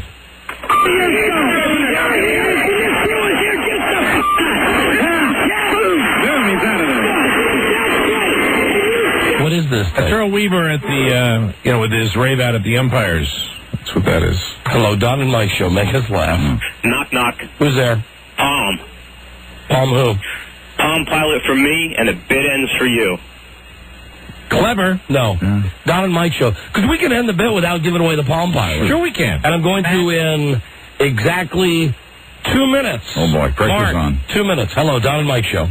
Well, Colonel Custer's last words. What? Where'd all these things come from? Yeah, you're on an awful phone. Where Don did and all Mike these show. Indians come from? Hello. Hey, what do peanut butter and Dennis Murphy's first lover have in common? What? They both spread for bread. Don and Mike, please, make us laugh. The final 2 minutes. Make us laugh. Hello. 2-minute warning. What's invisible and smells like bunny farts? I just gave that joke away. Hello, Don and Mike show. Make us laugh. Don and Mike. Woman walks into a funeral, just lost her husband. The guy that runs the morgue looks at the woman and says, "I could help you." She says, "Well, my husband was a very good man, and I want to bury him properly. He always wanted to be buried in a dark blue suit." The guy at the morgue... I'm sorry, we're down to the last 2 minutes. Yeah. We don't have time for Garrison Keillor on the show. Hello, Don and Mike. Make us laugh. Yeah. Make us laugh. Okay. What is that? What is that? It's Christopher Reeve doing the Macarena. Hello? Does that make you laugh? No. No, it didn't. Mike, don't laugh at that, Mike. Hello, Don and Mike show. Hi, this is Oprah. Why did the blonde wear her hair up in a bun? Why? To hide the valve stem. What were you going to say? I was going to say, if it had been on a clearer line, he might have had a better chance. Don and Mike show. Hello. Where does a woman's hair grow the thickest and the darkest? Where? Africa. Don and Mike show. We are at the 2-minute warning. This is the last possible hope for Make Us Laugh. So this person could win. Yes, you could win. Okay, that's it. Ladies and gentlemen, it's over. Come on, more time. No, Buzz. Come on. Rob, you're the only one now that... I would say that if we broke and let it go about 7 minutes, you'd have a winner. Are you Guaranteed. putting yourself on the line? Yes. And you guarantee it. What do you offer if we go 7 minutes with this and we do not get a joke that makes us laugh? I will buy you all the first drink when we land in the airport on Friday. Oh, come on. You got to do better than that. What do you want? For nothing. Rubber biscuits. You got to do something, though. It's going to be a non-issue because they'll win. I think if we don't know it, but you see, what I was thinking of, I would rather have Rob do that than want somebody to make me laugh. So it would take away my objectivity. I was going to say, if he put the old suit on. Not worth it. Then I get the Palm Pilot. All right, listen. That's the deal I'll make you. That if we get someone who makes us laugh, then you're off the hook. Okay. No one makes us laugh. You have to put the old uniform on tomorrow. Don't the old uniform anymore. And we'll give you the Palm Pilot. How about you just put a suit on? You put some kind of uniform. Like, how about the pilgrim suit? No. Not worth it. Rob, do you know how much joy that would bring to us? We're losing our objectivity already. We're already rooting against people making it. It would be ruined. It would not be an honest contest. Okay. Will you put on one of your old uniforms tomorrow? No, because I don't have any of them anymore. Well, I saw that they were destroyed. Would you go to the costume shop and get No, I won't. Why wouldn't you go to the costume store and get it? Once. Just once for old time's sake. Just get a suit. No, because it's predestined to lose because you know you won't laugh. No, I swear to God we'll laugh. No, I don't buy it. I'm sorry. I swear to God we'll laugh. I don't buy it. You can call us if you think that something's funny that we should be laughing at. I don't really think you're going to laugh no matter what. And I don't think... I just wanted the bit to go on again. I don't think... I know. I do, too. I'd love to get a payoff here, but now that it's in my head that it was just the joy. Especially summertime Memorial Day weekend. No, I won't do it. I won't do it. He's not going to put on the bra and the wig and the shorts like he used to. He won't do that. Right. But what about going to Masters costumes and just getting a costume? How about, here, a costume of his choice. Your choice. To make us laugh. How about a clown suit? Clown suit. Would you wear a clown suit just to work tomorrow? You don't have to go outside. I would have to, it might have to be the following day because I think Masters is closed. You can work it out tomorrow. You just come and wear a clown suit to work tomorrow? No, come on. No, I won't get dragged down. Come on. For the first break of the show. For the first break of the show, you'll wear a clown suit? Right. Okay, done and done. All right, it's an hour. All right, and you know what? We will give you our absolute 100% honest effort on this bit. Mm-hmm. If someone makes us laugh in the next 7 minutes, then they win the Palm Pilot. I'm mightily screwed. They win the Palm Pilot. But no, you're not, because really, I'll give you the goddamn Palm Pilot. Okay, here's the deal. If somebody makes us laugh, you wear the clown suit. If nobody makes us laugh, you wear the clown suit. Can I get that in writing? All right, so now there's something on the line. I challenge you people. You can do this. You can make them laugh. Rob is actually, and I applaud this, he is actually putting something of value on the line, something he didn't used to value when he first worked for us, and that's his pride. Dignity, yes. Yes. Something no one else on the show has done today. That's true. What do you mean? No one put anything on the line. We came to work today. We put our pride on the line. Heads, you wear the clown suit. Tails, you wear the clown suit. Again, fair. I have to have my agent look it over. Okay. We'll come right back with guaranteed winner. The final round of Make Us Laugh. And it might be a moot point if someone makes us laugh. Yeah, Mike. Will there be clown makeup, too? I don't think he has. He's got the rosy cheeks already. Hey, but you know something? This man... But he'd have to wear a hat, though. This man loves to make us laugh, and I was just wondering if, with the... Well, I'll make you laugh. I promise you that. Okay, all right. If it comes to this. Okay, all right. All right. All right. I think he'd have to wear a clown hat, though. I don't think he has any idea the joy he will give us tomorrow. No. But I hope he does. But if someone makes us laugh, we'll give them the Palm Pilot. And this bit will be over. That's right. That's right. Okay. Now, come on. Play fair with Rob. Of course. You. Listen, okay. Hello, Kettle. You. Okay. Hi, Black. Pot. Whatever. You know what I mean. Pot calls the kettle Hot black. papers. We'll be right back. Oh, no. Disregard that. Disregard that. I really thought we would get a winner in that last segment. We were going to do the contest. Those touchstones don't count. Those are, they are like, what do you call it when you premature. Yes. Premature touchstones. We'll be right back with more Making Me Laugh.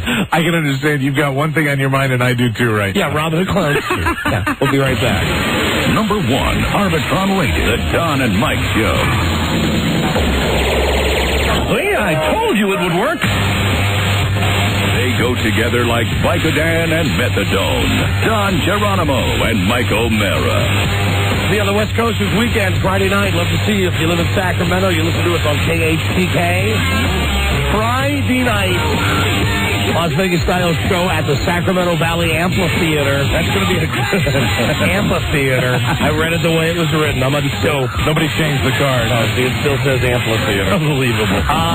Seats 17,000 plus. Come on out. Come on, we'll see you there. It'll be a good show. Don't cost nothing. Saturday night in Reno at the Silver Legacy Resort Casino, downtown Reno. The room we're in holds about 2,500 people. Same deal. Don't cost nothing. That's right. First come, first serve. See you on the West Coast Friday night. Yeah. Okay, now, for what seems like the whole show today, actually just for the last hour or so, yes, we've been trying to make us laugh. A lot of people have been calling saying they're enjoying this. Now, there was a moment there I don't think we were enjoying it, but I'm glad the people listening are enjoying this. Now, what people should know is there's been lots of smiling. Yes, right. A lot. There's been snickering, but there's been no laughing. No guffawing. Not yet. Now, whoever wins if someone wins in this, the last round of Make Us Laugh, the person will win a Palm M105 handheld, the brand new top-of-the-line Palm Pilot, worth $500 with internet access and a hot sync so you can download stuff to your computer. Now, if we don't get a winner in this round of Make Us Laugh, how many minutes are you going to give it? Rob wanted 7, but I think we should. You want to go 7? Well, I like 10, of course. No, I'm not going to give you 10 minutes. Okay, 7. You'll get 7 and you'll like 7 minutes. 7 minutes for this.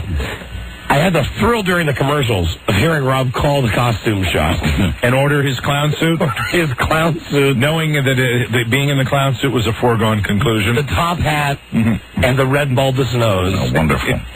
Now, there is a chance that we may laugh because we are going to play this straight. Right. And I've ensured the fact that we're going to play it straight because if we get a winner and Rob is off the hook, someone on this show will wear the clown suit tomorrow. All right. Someone who is not Rob A. Spiewak. Okay. Okay? So, let's get to it. Let's start the clock. Let's go Make Us Laugh for the final time today. Hello, Don and Mike Show. Don, what'd you have for breakfast? And Buzz, you know it's you in the clown suit. Yes, I do. I know you know. I know you know it. Hello. Don, what'd you have for breakfast? Eggs. No, you have rubber balls and liquor. What'd you have for breakfast? Oh, come on. Hello, Don and Mike Show. Make us laugh. Okay. Hello, Don and Mike Show. Please make us laugh. Okay. There's a gay guy. Wakes up one morning. Hey, make us laugh, please. All right. What's the difference between a woman from West Virginia and a bear? What do they have in common? What's the difference, or what do they have in common? What do they have in common? What? They both suck their paws. Come on. If you had told it correctly, I might have laughed at that. They both. Suck their paws. You know, see, that would have really had a chance. It was told so badly that I completely missed the punchline. There they are, my people. P-A, paw, P-A-W, paw. Right. Oh, Don and Mike Show. Man, oh, I know where's to go to get a cold natty bow. Deep in the heart of Dundalk. Lots of lanes to bowl, lots of sidewalks to stroll. Deep in the heart of Dundalk. How about that, hon? You know, it was potential again. Once again, it had potential. But we did an hour on Baltimore yesterday. Hello, Don and Mike Show. What's up, guys? Hi, make us laugh. Hi, this is Pearl Calhoun, resident. Please leave a message, and we will get back with you as soon as possible. Technically, Rob said, really, if it's been on the show. Right, that's he's just doing a tape we played. Hi, Don and Mike Show. Don and Mike. Yeah. What's the smartest thing to ever come out of a woman's mouth? What's the what? Smartest. No. Hello, Don and Mike Show. And what made me smile? See, but the problem is, I'm not sure if that joke is getting on the air or not. Right. Yeah, I'm not sure if the pixie who has her finger on the button is letting that joke get on the air. It's in the gray area. No, I'm pretty sure she dumped that joke out. Anyway, I'll clean it up.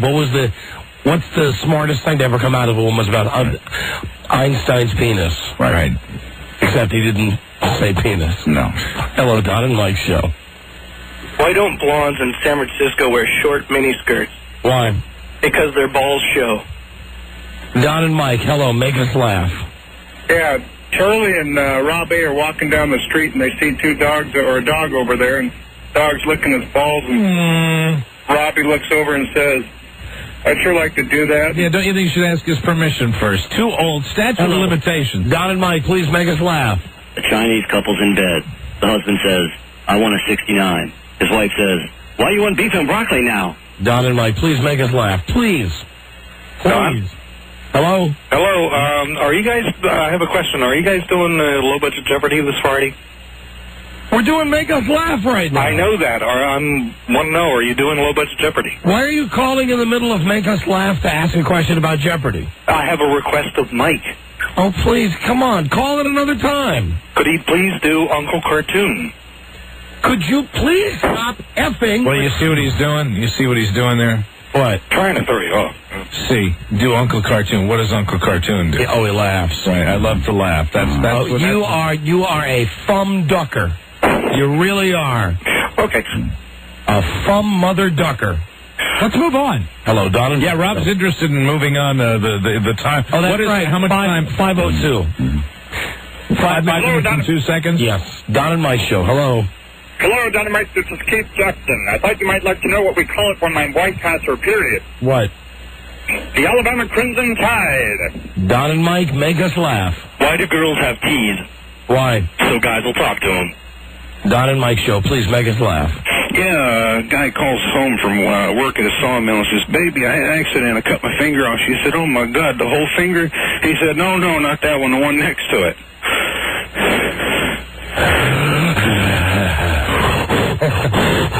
Hello, Don and Mike show. Why do men have to pay more for car insurance? Why? Because women don't get BJs when they're behind the wheel. Don and Mike, please make us laugh. Yes, what does a long-tailed cat in a room full of rocking chairs say? What? Oh, my God. S. Don and Mike, hello. Rob, you got 1 minute left. All right. Make us laugh. All right, here it goes. One day at a local restaurant, this woman suddenly calls out. She goes, "Hey, my son's choking. He swallowed a quarter. Help, please. Anyone help." So this guy gets up from the table next to him and stands up very calmly, announced that he's experienced this sort of thing. He steps over, grabs the little kid's balls, squeezes real hard, and out pops the quarter. The man goes back to his table as though nothing had happened, and that woman comes over and says, "Thank you so much." He says, "Are you a paramedic? Are you a doctor?" And he goes, "No, ma'am." He says, "I work for the IRS." Okay, listen. You've got a 30-second window here. Okay. My son's on the hotline. Hey, Marty. Hey, Dad. Hi. I got one. Oh, really? Huh. All right, go ahead. Did you hear? Did I hear what? Uncle Mike stopped drinking. That's as bad as all the other ones we've had, Marty. Sorry, Bart. And then he hangs up like a good listener. If only he had a bad phone. Hello. Don and Mike show. 30 seconds. Baby seal walks into a club. Now, Rob, you just did that because you don't want to wear the clown suit. I know. I'm sorry. Don and Mike show. Hello. Don and Mike. Make us laugh. I got something that's going to make me cry. These bastards here in Gainesville are canceling your show. I don't know if you knew that or not. Why do people insist on breaking into... Oh, no, I guess the guy who broke in before was trying to get you to do Uncle Cartoon. Right. Call with your political statements when we're not doing Make Us This Laugh. is the last day of the show for you guys in Gainesville. Oh, we don't have time. Okay, I don't care. I'm sorry. We're on in 60 markets. I'm sorry you're losing us. Goodbye, Don and Mike. I'll miss you forever. Move to where the food is. Goodbye. You just bought yourself 30 seconds. Cool. Hello, Don and Mike. Don and Mike, neither one of you like to do it in a no-no spot, correct? Yes. So is it safe to say you don't like mud on the helmet? Was that your joke? I tried. Don and Mike, hello. Hello, Don and Mike. Yeah. This would be it. Ready? Yeah, this is the last Brother, I don't want to say there's any pressure on you, sir, but you're it. You're the last try. I've only been trying for an hour. Go ahead. Okay, here we go. What's the main difference between your job and your wife? What? After 10 years, your job still sucks. Rob, tomorrow. Yes. During the first break of the show. Right. You will be wearing a clown suit. You know what, Rob? You would have been okay with that West Virginia joke if he told it right. If he told it the right way. Which is why I must invite everyone to come out to my tutorial. Absolutely. And furthermore, I want you to... You think Masters is still open? Probably. Would you give me their number right now? Sure. There's going to be a... You must be taught a lesson also, Buzz. Really? Gave you the choice. You could have ended this. Yes, Are we gonna have... I tried, actually started to. Are we going to have a two-clown show? Yes, we are. Yes, we are tomorrow. We're going to have two clown shows. I can't wait.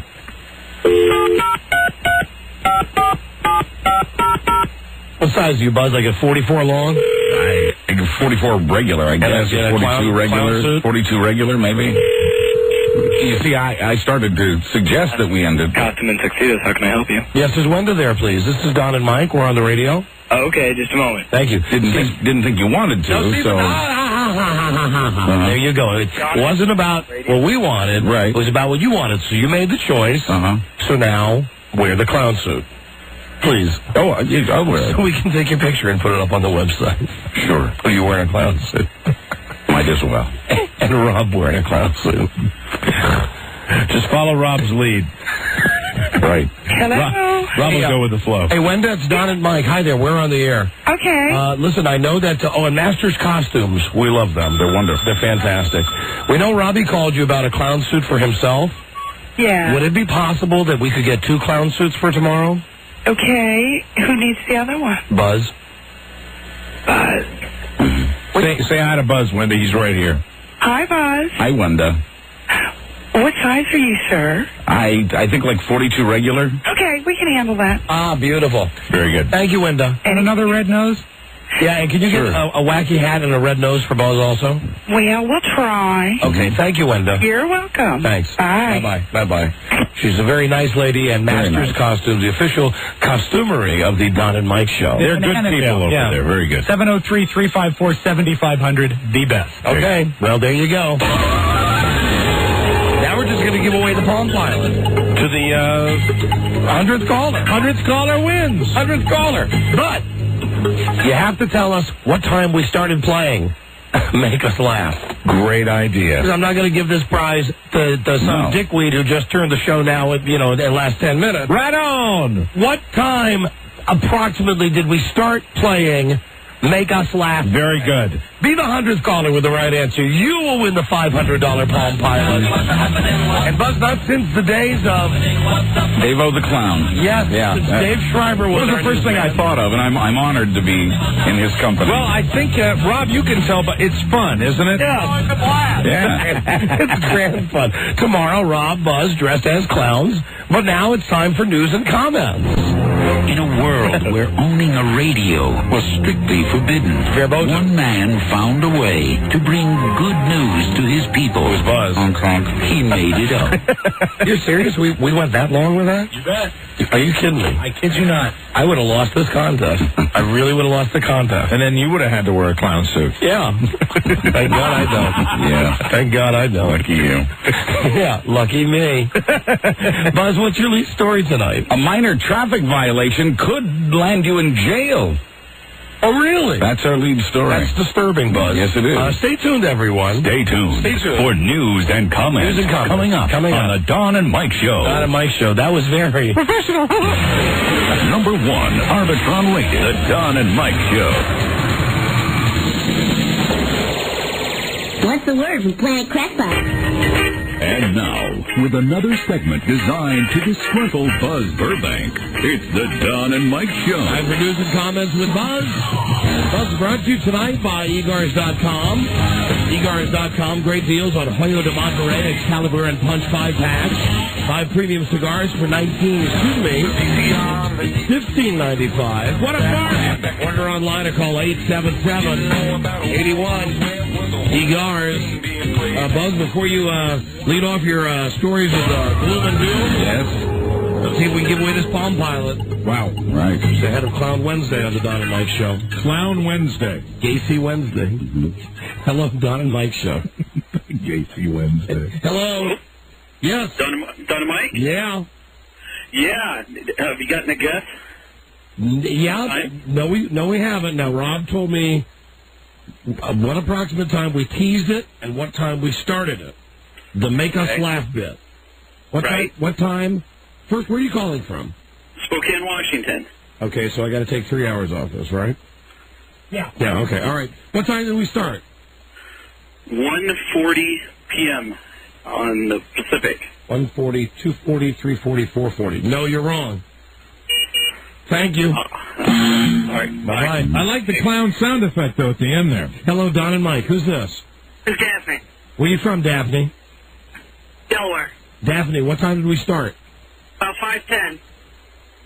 That close enough, Rob? Yeah, I guess. 5:05. 5 minutes. She's within 5 minutes. 5:05. Yeah, you're the winner. Yeah, thank you. Wow, great. Yes, we reward you sitting with us as we try to get someone to make us laugh. How'd you like the Make Us Laugh segment? Oh, I liked it.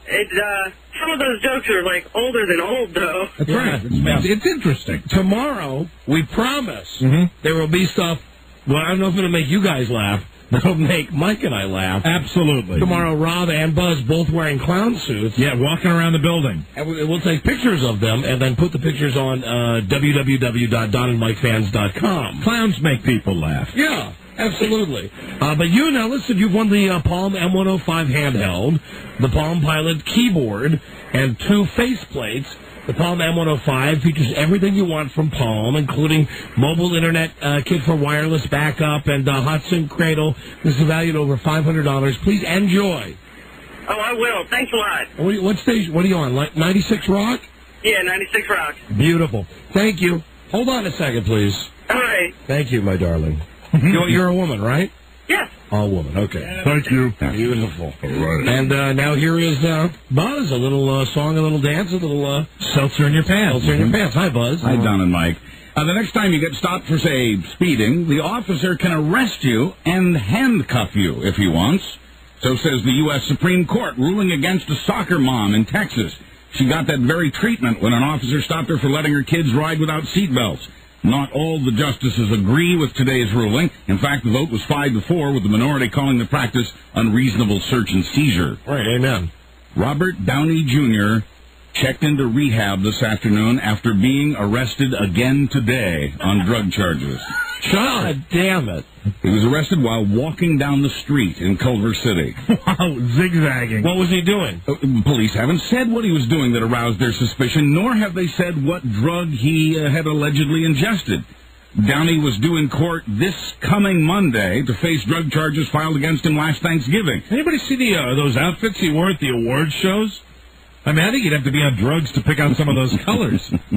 A spokesman for the Ally McBeal actor says he's been working hard at his sobriety. It sure does sound to me like someone was trying real hard to rat him out. Something's going on. You remember around Thanksgiving when he was at the resort, right? You know, he was in his room by himself, getting high, and somebody called and said, "Hey, he's in this room." When you started to say that, I think it sounds like somebody's really trying real hard to get back into jail.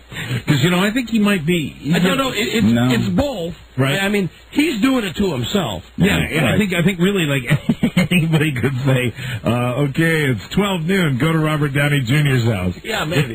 Your odds might be pretty good. Yeah.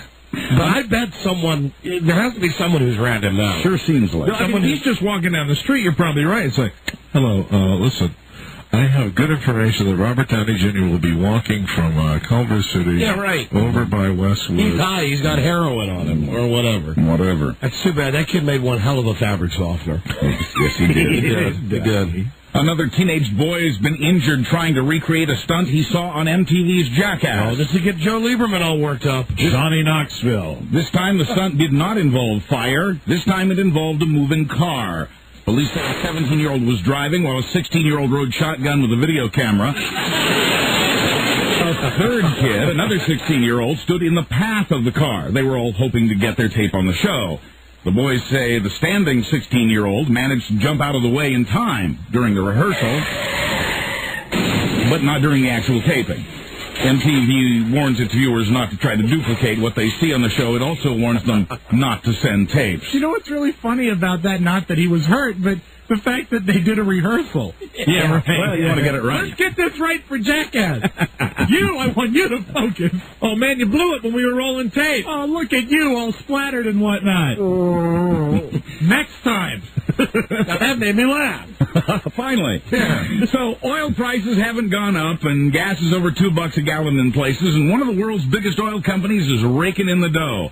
ExxonMobil made $5 billion in profits just in the first 3 months of this year. That's up nearly 51% from their profits a year ago. That sounds good because they don't have any friends in the White House. Company's stock was up yesterday thanks to news of a better-than-expected profit. Midtown Manhattan, $2.25 a gallon. I saw that. And, $2.25. I heard now that George Bush is going to advocate actually doing some oil exploration in Midtown Manhattan, too. Where are we going to start drilling next week. It's difficult for humans to get the hoof-and-mouth disease, but not impossible. Ask the British man who may be our first case in decades. It's your neighbor. The man? Gary. Gary, hello. Hello. Hello. I've got blisters in my mouth. You are the weakest thing. Goodbye.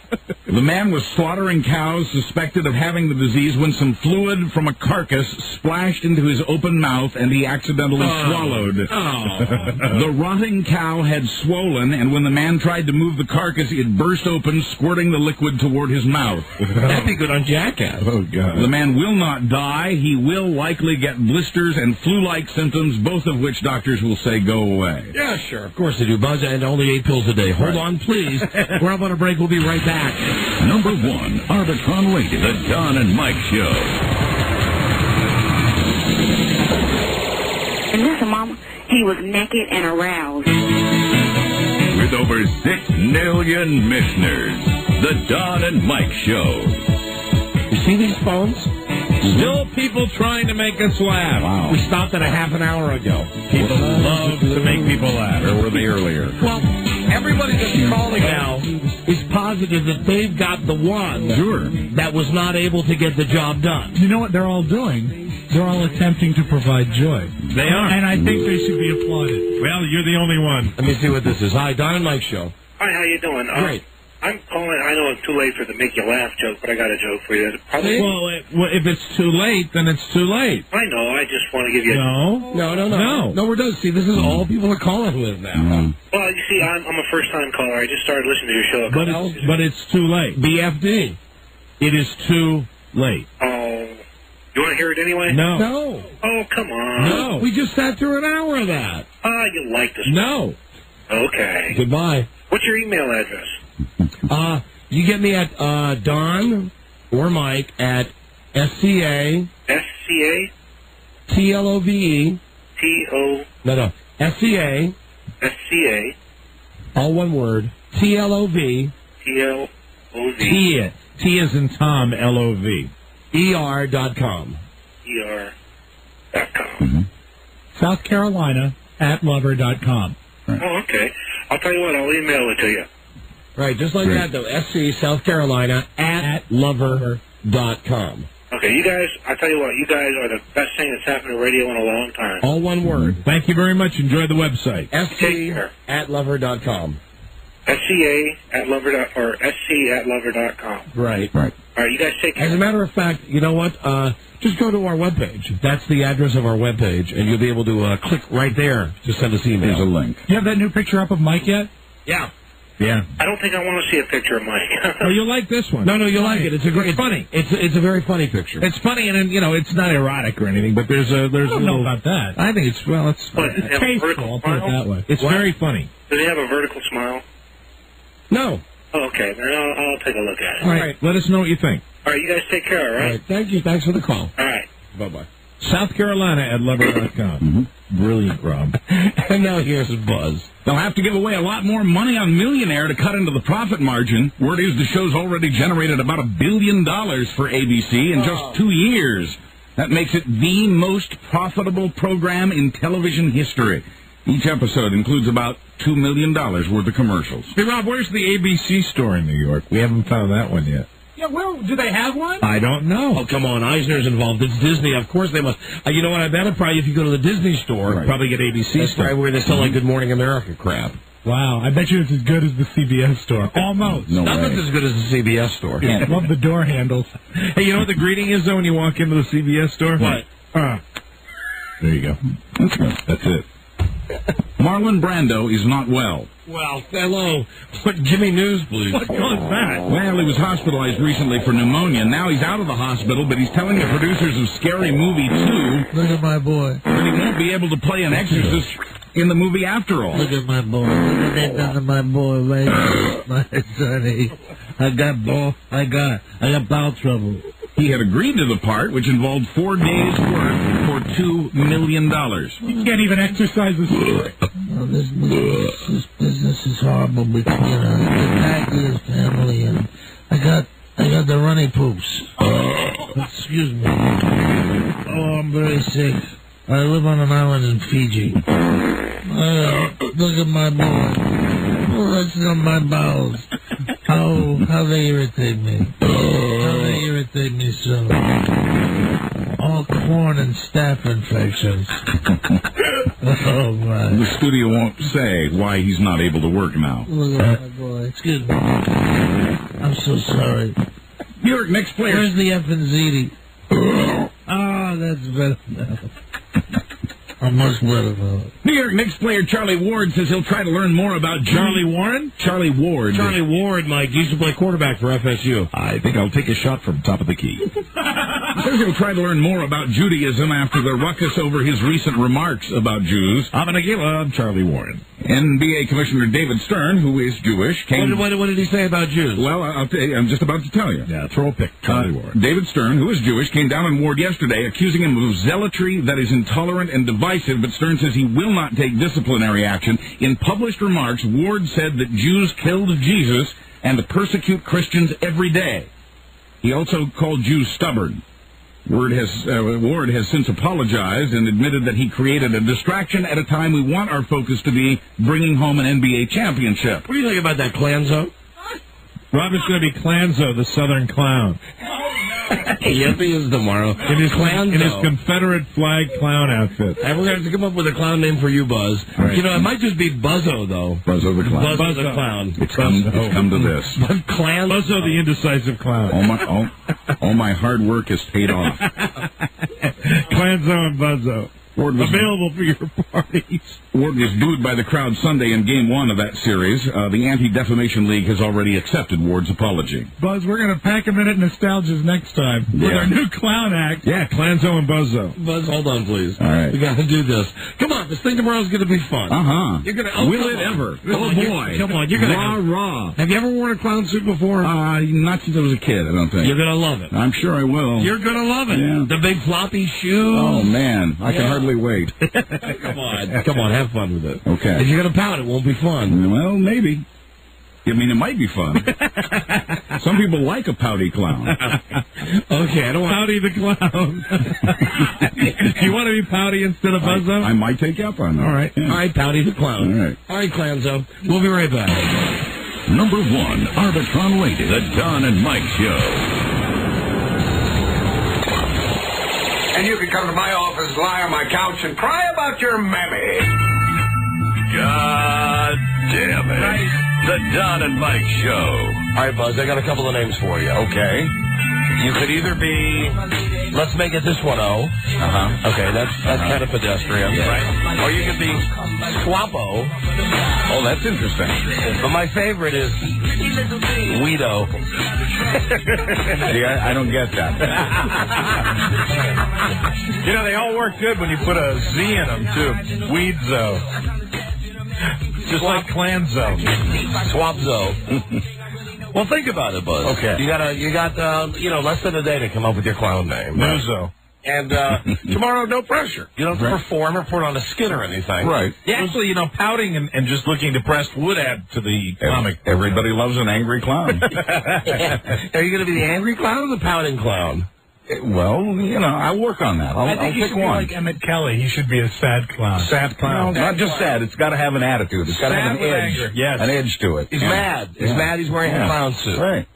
And what about you, Hateso? Me? I'll just spread joy. I will provide joy. Maybe I'll smoke. Clanzo the Southern. Because remember, I used to be the smoking clown. So maybe I'll buy a pack of smoke. That's a good idea. So there you go.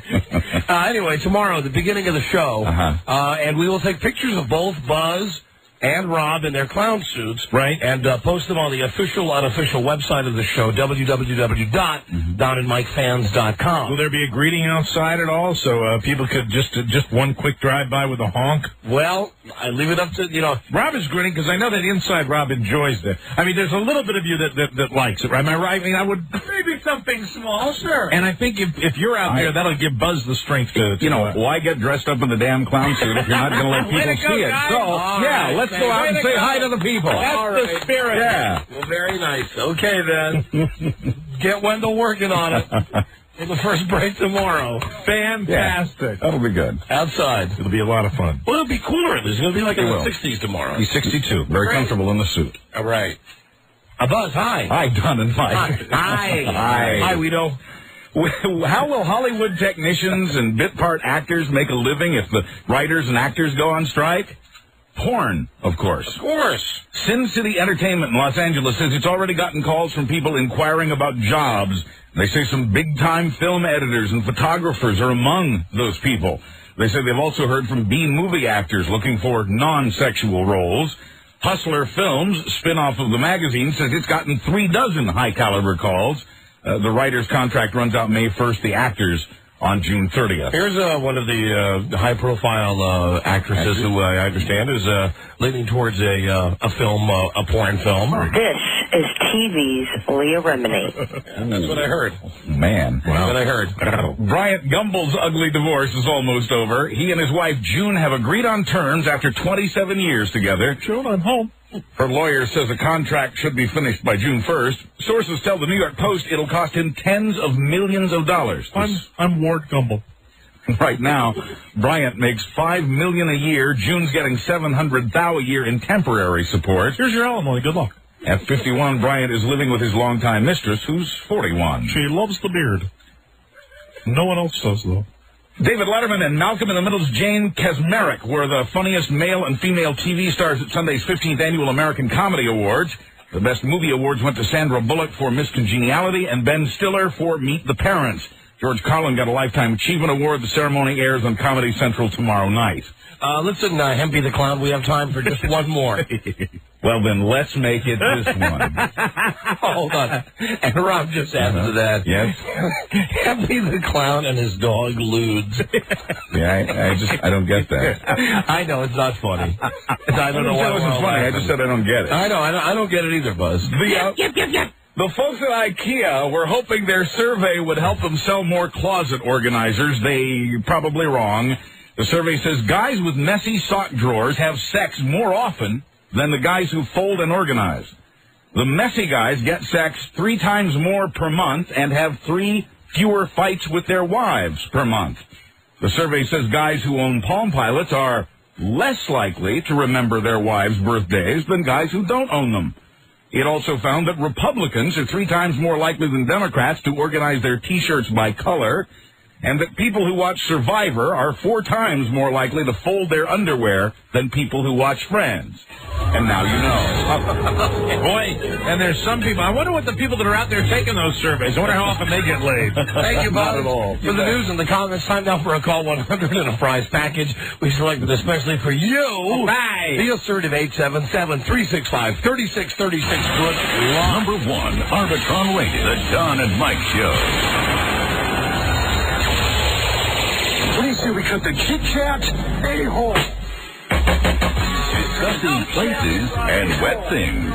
Don Geronimo and Mike O'Mara. Hello, Buzz. Hi, Don and Mike. In sports, Mike and I were just talking about this in the elevator last night, and boom, there it is in the paper this morning. Charles Barkley has started working out with Michael Jordan's trainer, according to the Washington Post. Barkley reportedly hopes to make a comeback next season alongside Jordan with the Washington Wizards. Boy, I'll be some tight sphincters that Barkley has. Barkley retired last season from the Houston Rockets after missing most of the year with an injury. Jordan told NBC Sunday that Barkley would have a job with the Wizards if he can get back down to his playing weight of 265. Last week, Barkley weighed in at 314. Jordan and Barkley are each 38 years old. Will Deion Sanders return to the Washington Redskins? Deion Sanders, no. Hey, dog. Coach Marty Schottenheimer says the team won't find the cornerback for missing a mandatory 3-day minicamp that starts Friday. He says Sanders can still make the team even if he misses the July 29th start of training camp. Sanders is busy playing minor league baseball and is expected to be bumped up to the Cincinnati Reds next Tuesday. May 1st, right. Prompting rumors that he won't return to football. But Sanders, upset over the firing of defensive coordinator Ray Rhodes, hasn't spoken with the Redskins since Schottenheimer arrived in town. Yeah, not a chance. They put his locker back, the Cincinnati Reds. Right. And you know what he hit last week? What did he do? 700. In the minors? Yeah. Oh, wow. Well, like in AAA ball, it's 700. Is he traveling on some elaborate tour bus? Because I saw him interviewed with his minor league baseball hat on. I think it's in his, I'm not kidding about this. At Redskins Park, he had a Mercedes golf cart Oh, really? Yeah, that had This was an air inside. conditioning unit, Right. and a big giant stereo with big speakers and a golf cart. He was on a bus. They were interviewing him, and I just like Deion Sanders because he seems to just be totally aware of it, of what it's all about, of the whole hype machine. And he looked like he was on like one of these incredibly ornate tour buses, and I think maybe the rest of the minor league team, was traveling by regular Greyhound. Trubisky. He likes flashy. Trubisky. And that's when he was trying to say Rubisky. Trubisky. Oh, that's right. Coach Rubinsky. Trubisky. Our tribute to Deion Sanders. Trubisky. Randall Cunningham may be leaving Dallas for Baltimore. The 38-year-old backup QB tells a Fort Worth paper he's ready to sign with the Ravens. Cunningham expects to back up Elvis Gerbach, who signed a 5-year deal with the Super Bowl champ. What did his mom say? His mom? Aline Cunningham. Mrs. C. From Happy Days. Finally, a stadium announcer in Fort Myers, Florida, has been fired for promoting an adult website at an arena football game. Ted Fitzgeorge made $50 a game at his job. Ted Fitzgeorge. Fitzgeorge, yes. It's George Fitz-Ted. And Ted says an arena employee asked him to make the plug as a favor. Ted says he didn't know what was on the website, even though its address includes the words sinful fantasies. Oh, that reminds me. Today we didn't have time because things went so great with Make Me Laugh. Absolutely. But tomorrow I've got a whole bunch of new dirty phone numbers to call, including one of them is it's something like 1-800 Hot Feet, and it says the ad says, "Let me J off you A foot fantasy. with my feet, with my hot feet." with my hot feet." How great is that? Oh yeah! So we got a call tomorrow. A great phone number and a great sex act. Yeah, baby. J-O you with my feet. Wow. I hope she clips her nails. I had somebody do that to me once. I got blisters in my mouth. Are you done, Buzz? I'm all done. I'm Buzz Burbank on the Don and Mike Show. Thank you, Buzz. That's it. We got to go. Tomorrow. We'll start with clowns. All right. And we'll end up with girls performing sex acts with their feet. Fantastic. What a show. It'll be a big one tomorrow. Thank you for listening to everybody. Hello, Don and Mike Show. Yeah, buddy. I'm caller 100. Yeah, buddy. What's your name? Joe Gallagher. Joe, where are you from? Spokane, Washington. Joe, you won the 61 prize bag. Don't miss the HBO film 61. Premiering Saturday at 9 p.m. All about the queers? Yeah, that's right. Queers and beer. He just summed it up for you, didn't he? All about the queers. Billy, Crystal, Mickey Mantle, and Roger Maris in glorious three-way sex. Enjoy it Saturday night at 9 on HBO. Thank you for listening. Hold on, please. Friday night, Sacramento, California, live Las Vegas-style show at the Sacramento Valley Amphitheater. Fantastic. Get your VIP tickets at Carl's Jr. throughout Northern California, or just show up the night of the show. We'll see you there. And Saturday, April 28th is Saturday night, Las Vegas-style show at 8 p.m. at the Silver Legacy Resort Casino. City Center. And that's in Reno, the City Center Pavilion. Hey, see you then this weekend on the West Coast. Thank you, and good night, Buzz. Thank you. Good night, Don. Look forward to seeing you in your suit tomorrow. Thank you. Good night, Mike. Thank you. Good night, Don. And Robbie. Make 'em laugh. Make 'em laugh. Clanzo, throw your hat in the air.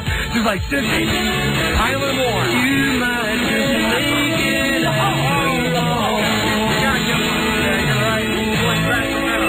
And in Sacramento. Are we going to sing our song in Sacramento? Yeah, absolutely. Good. Yeah, we got to practice. Maybe give it another lyric. Oh, no, it's perfect like it is. Another verse. It's perfect as is. Bye-bye.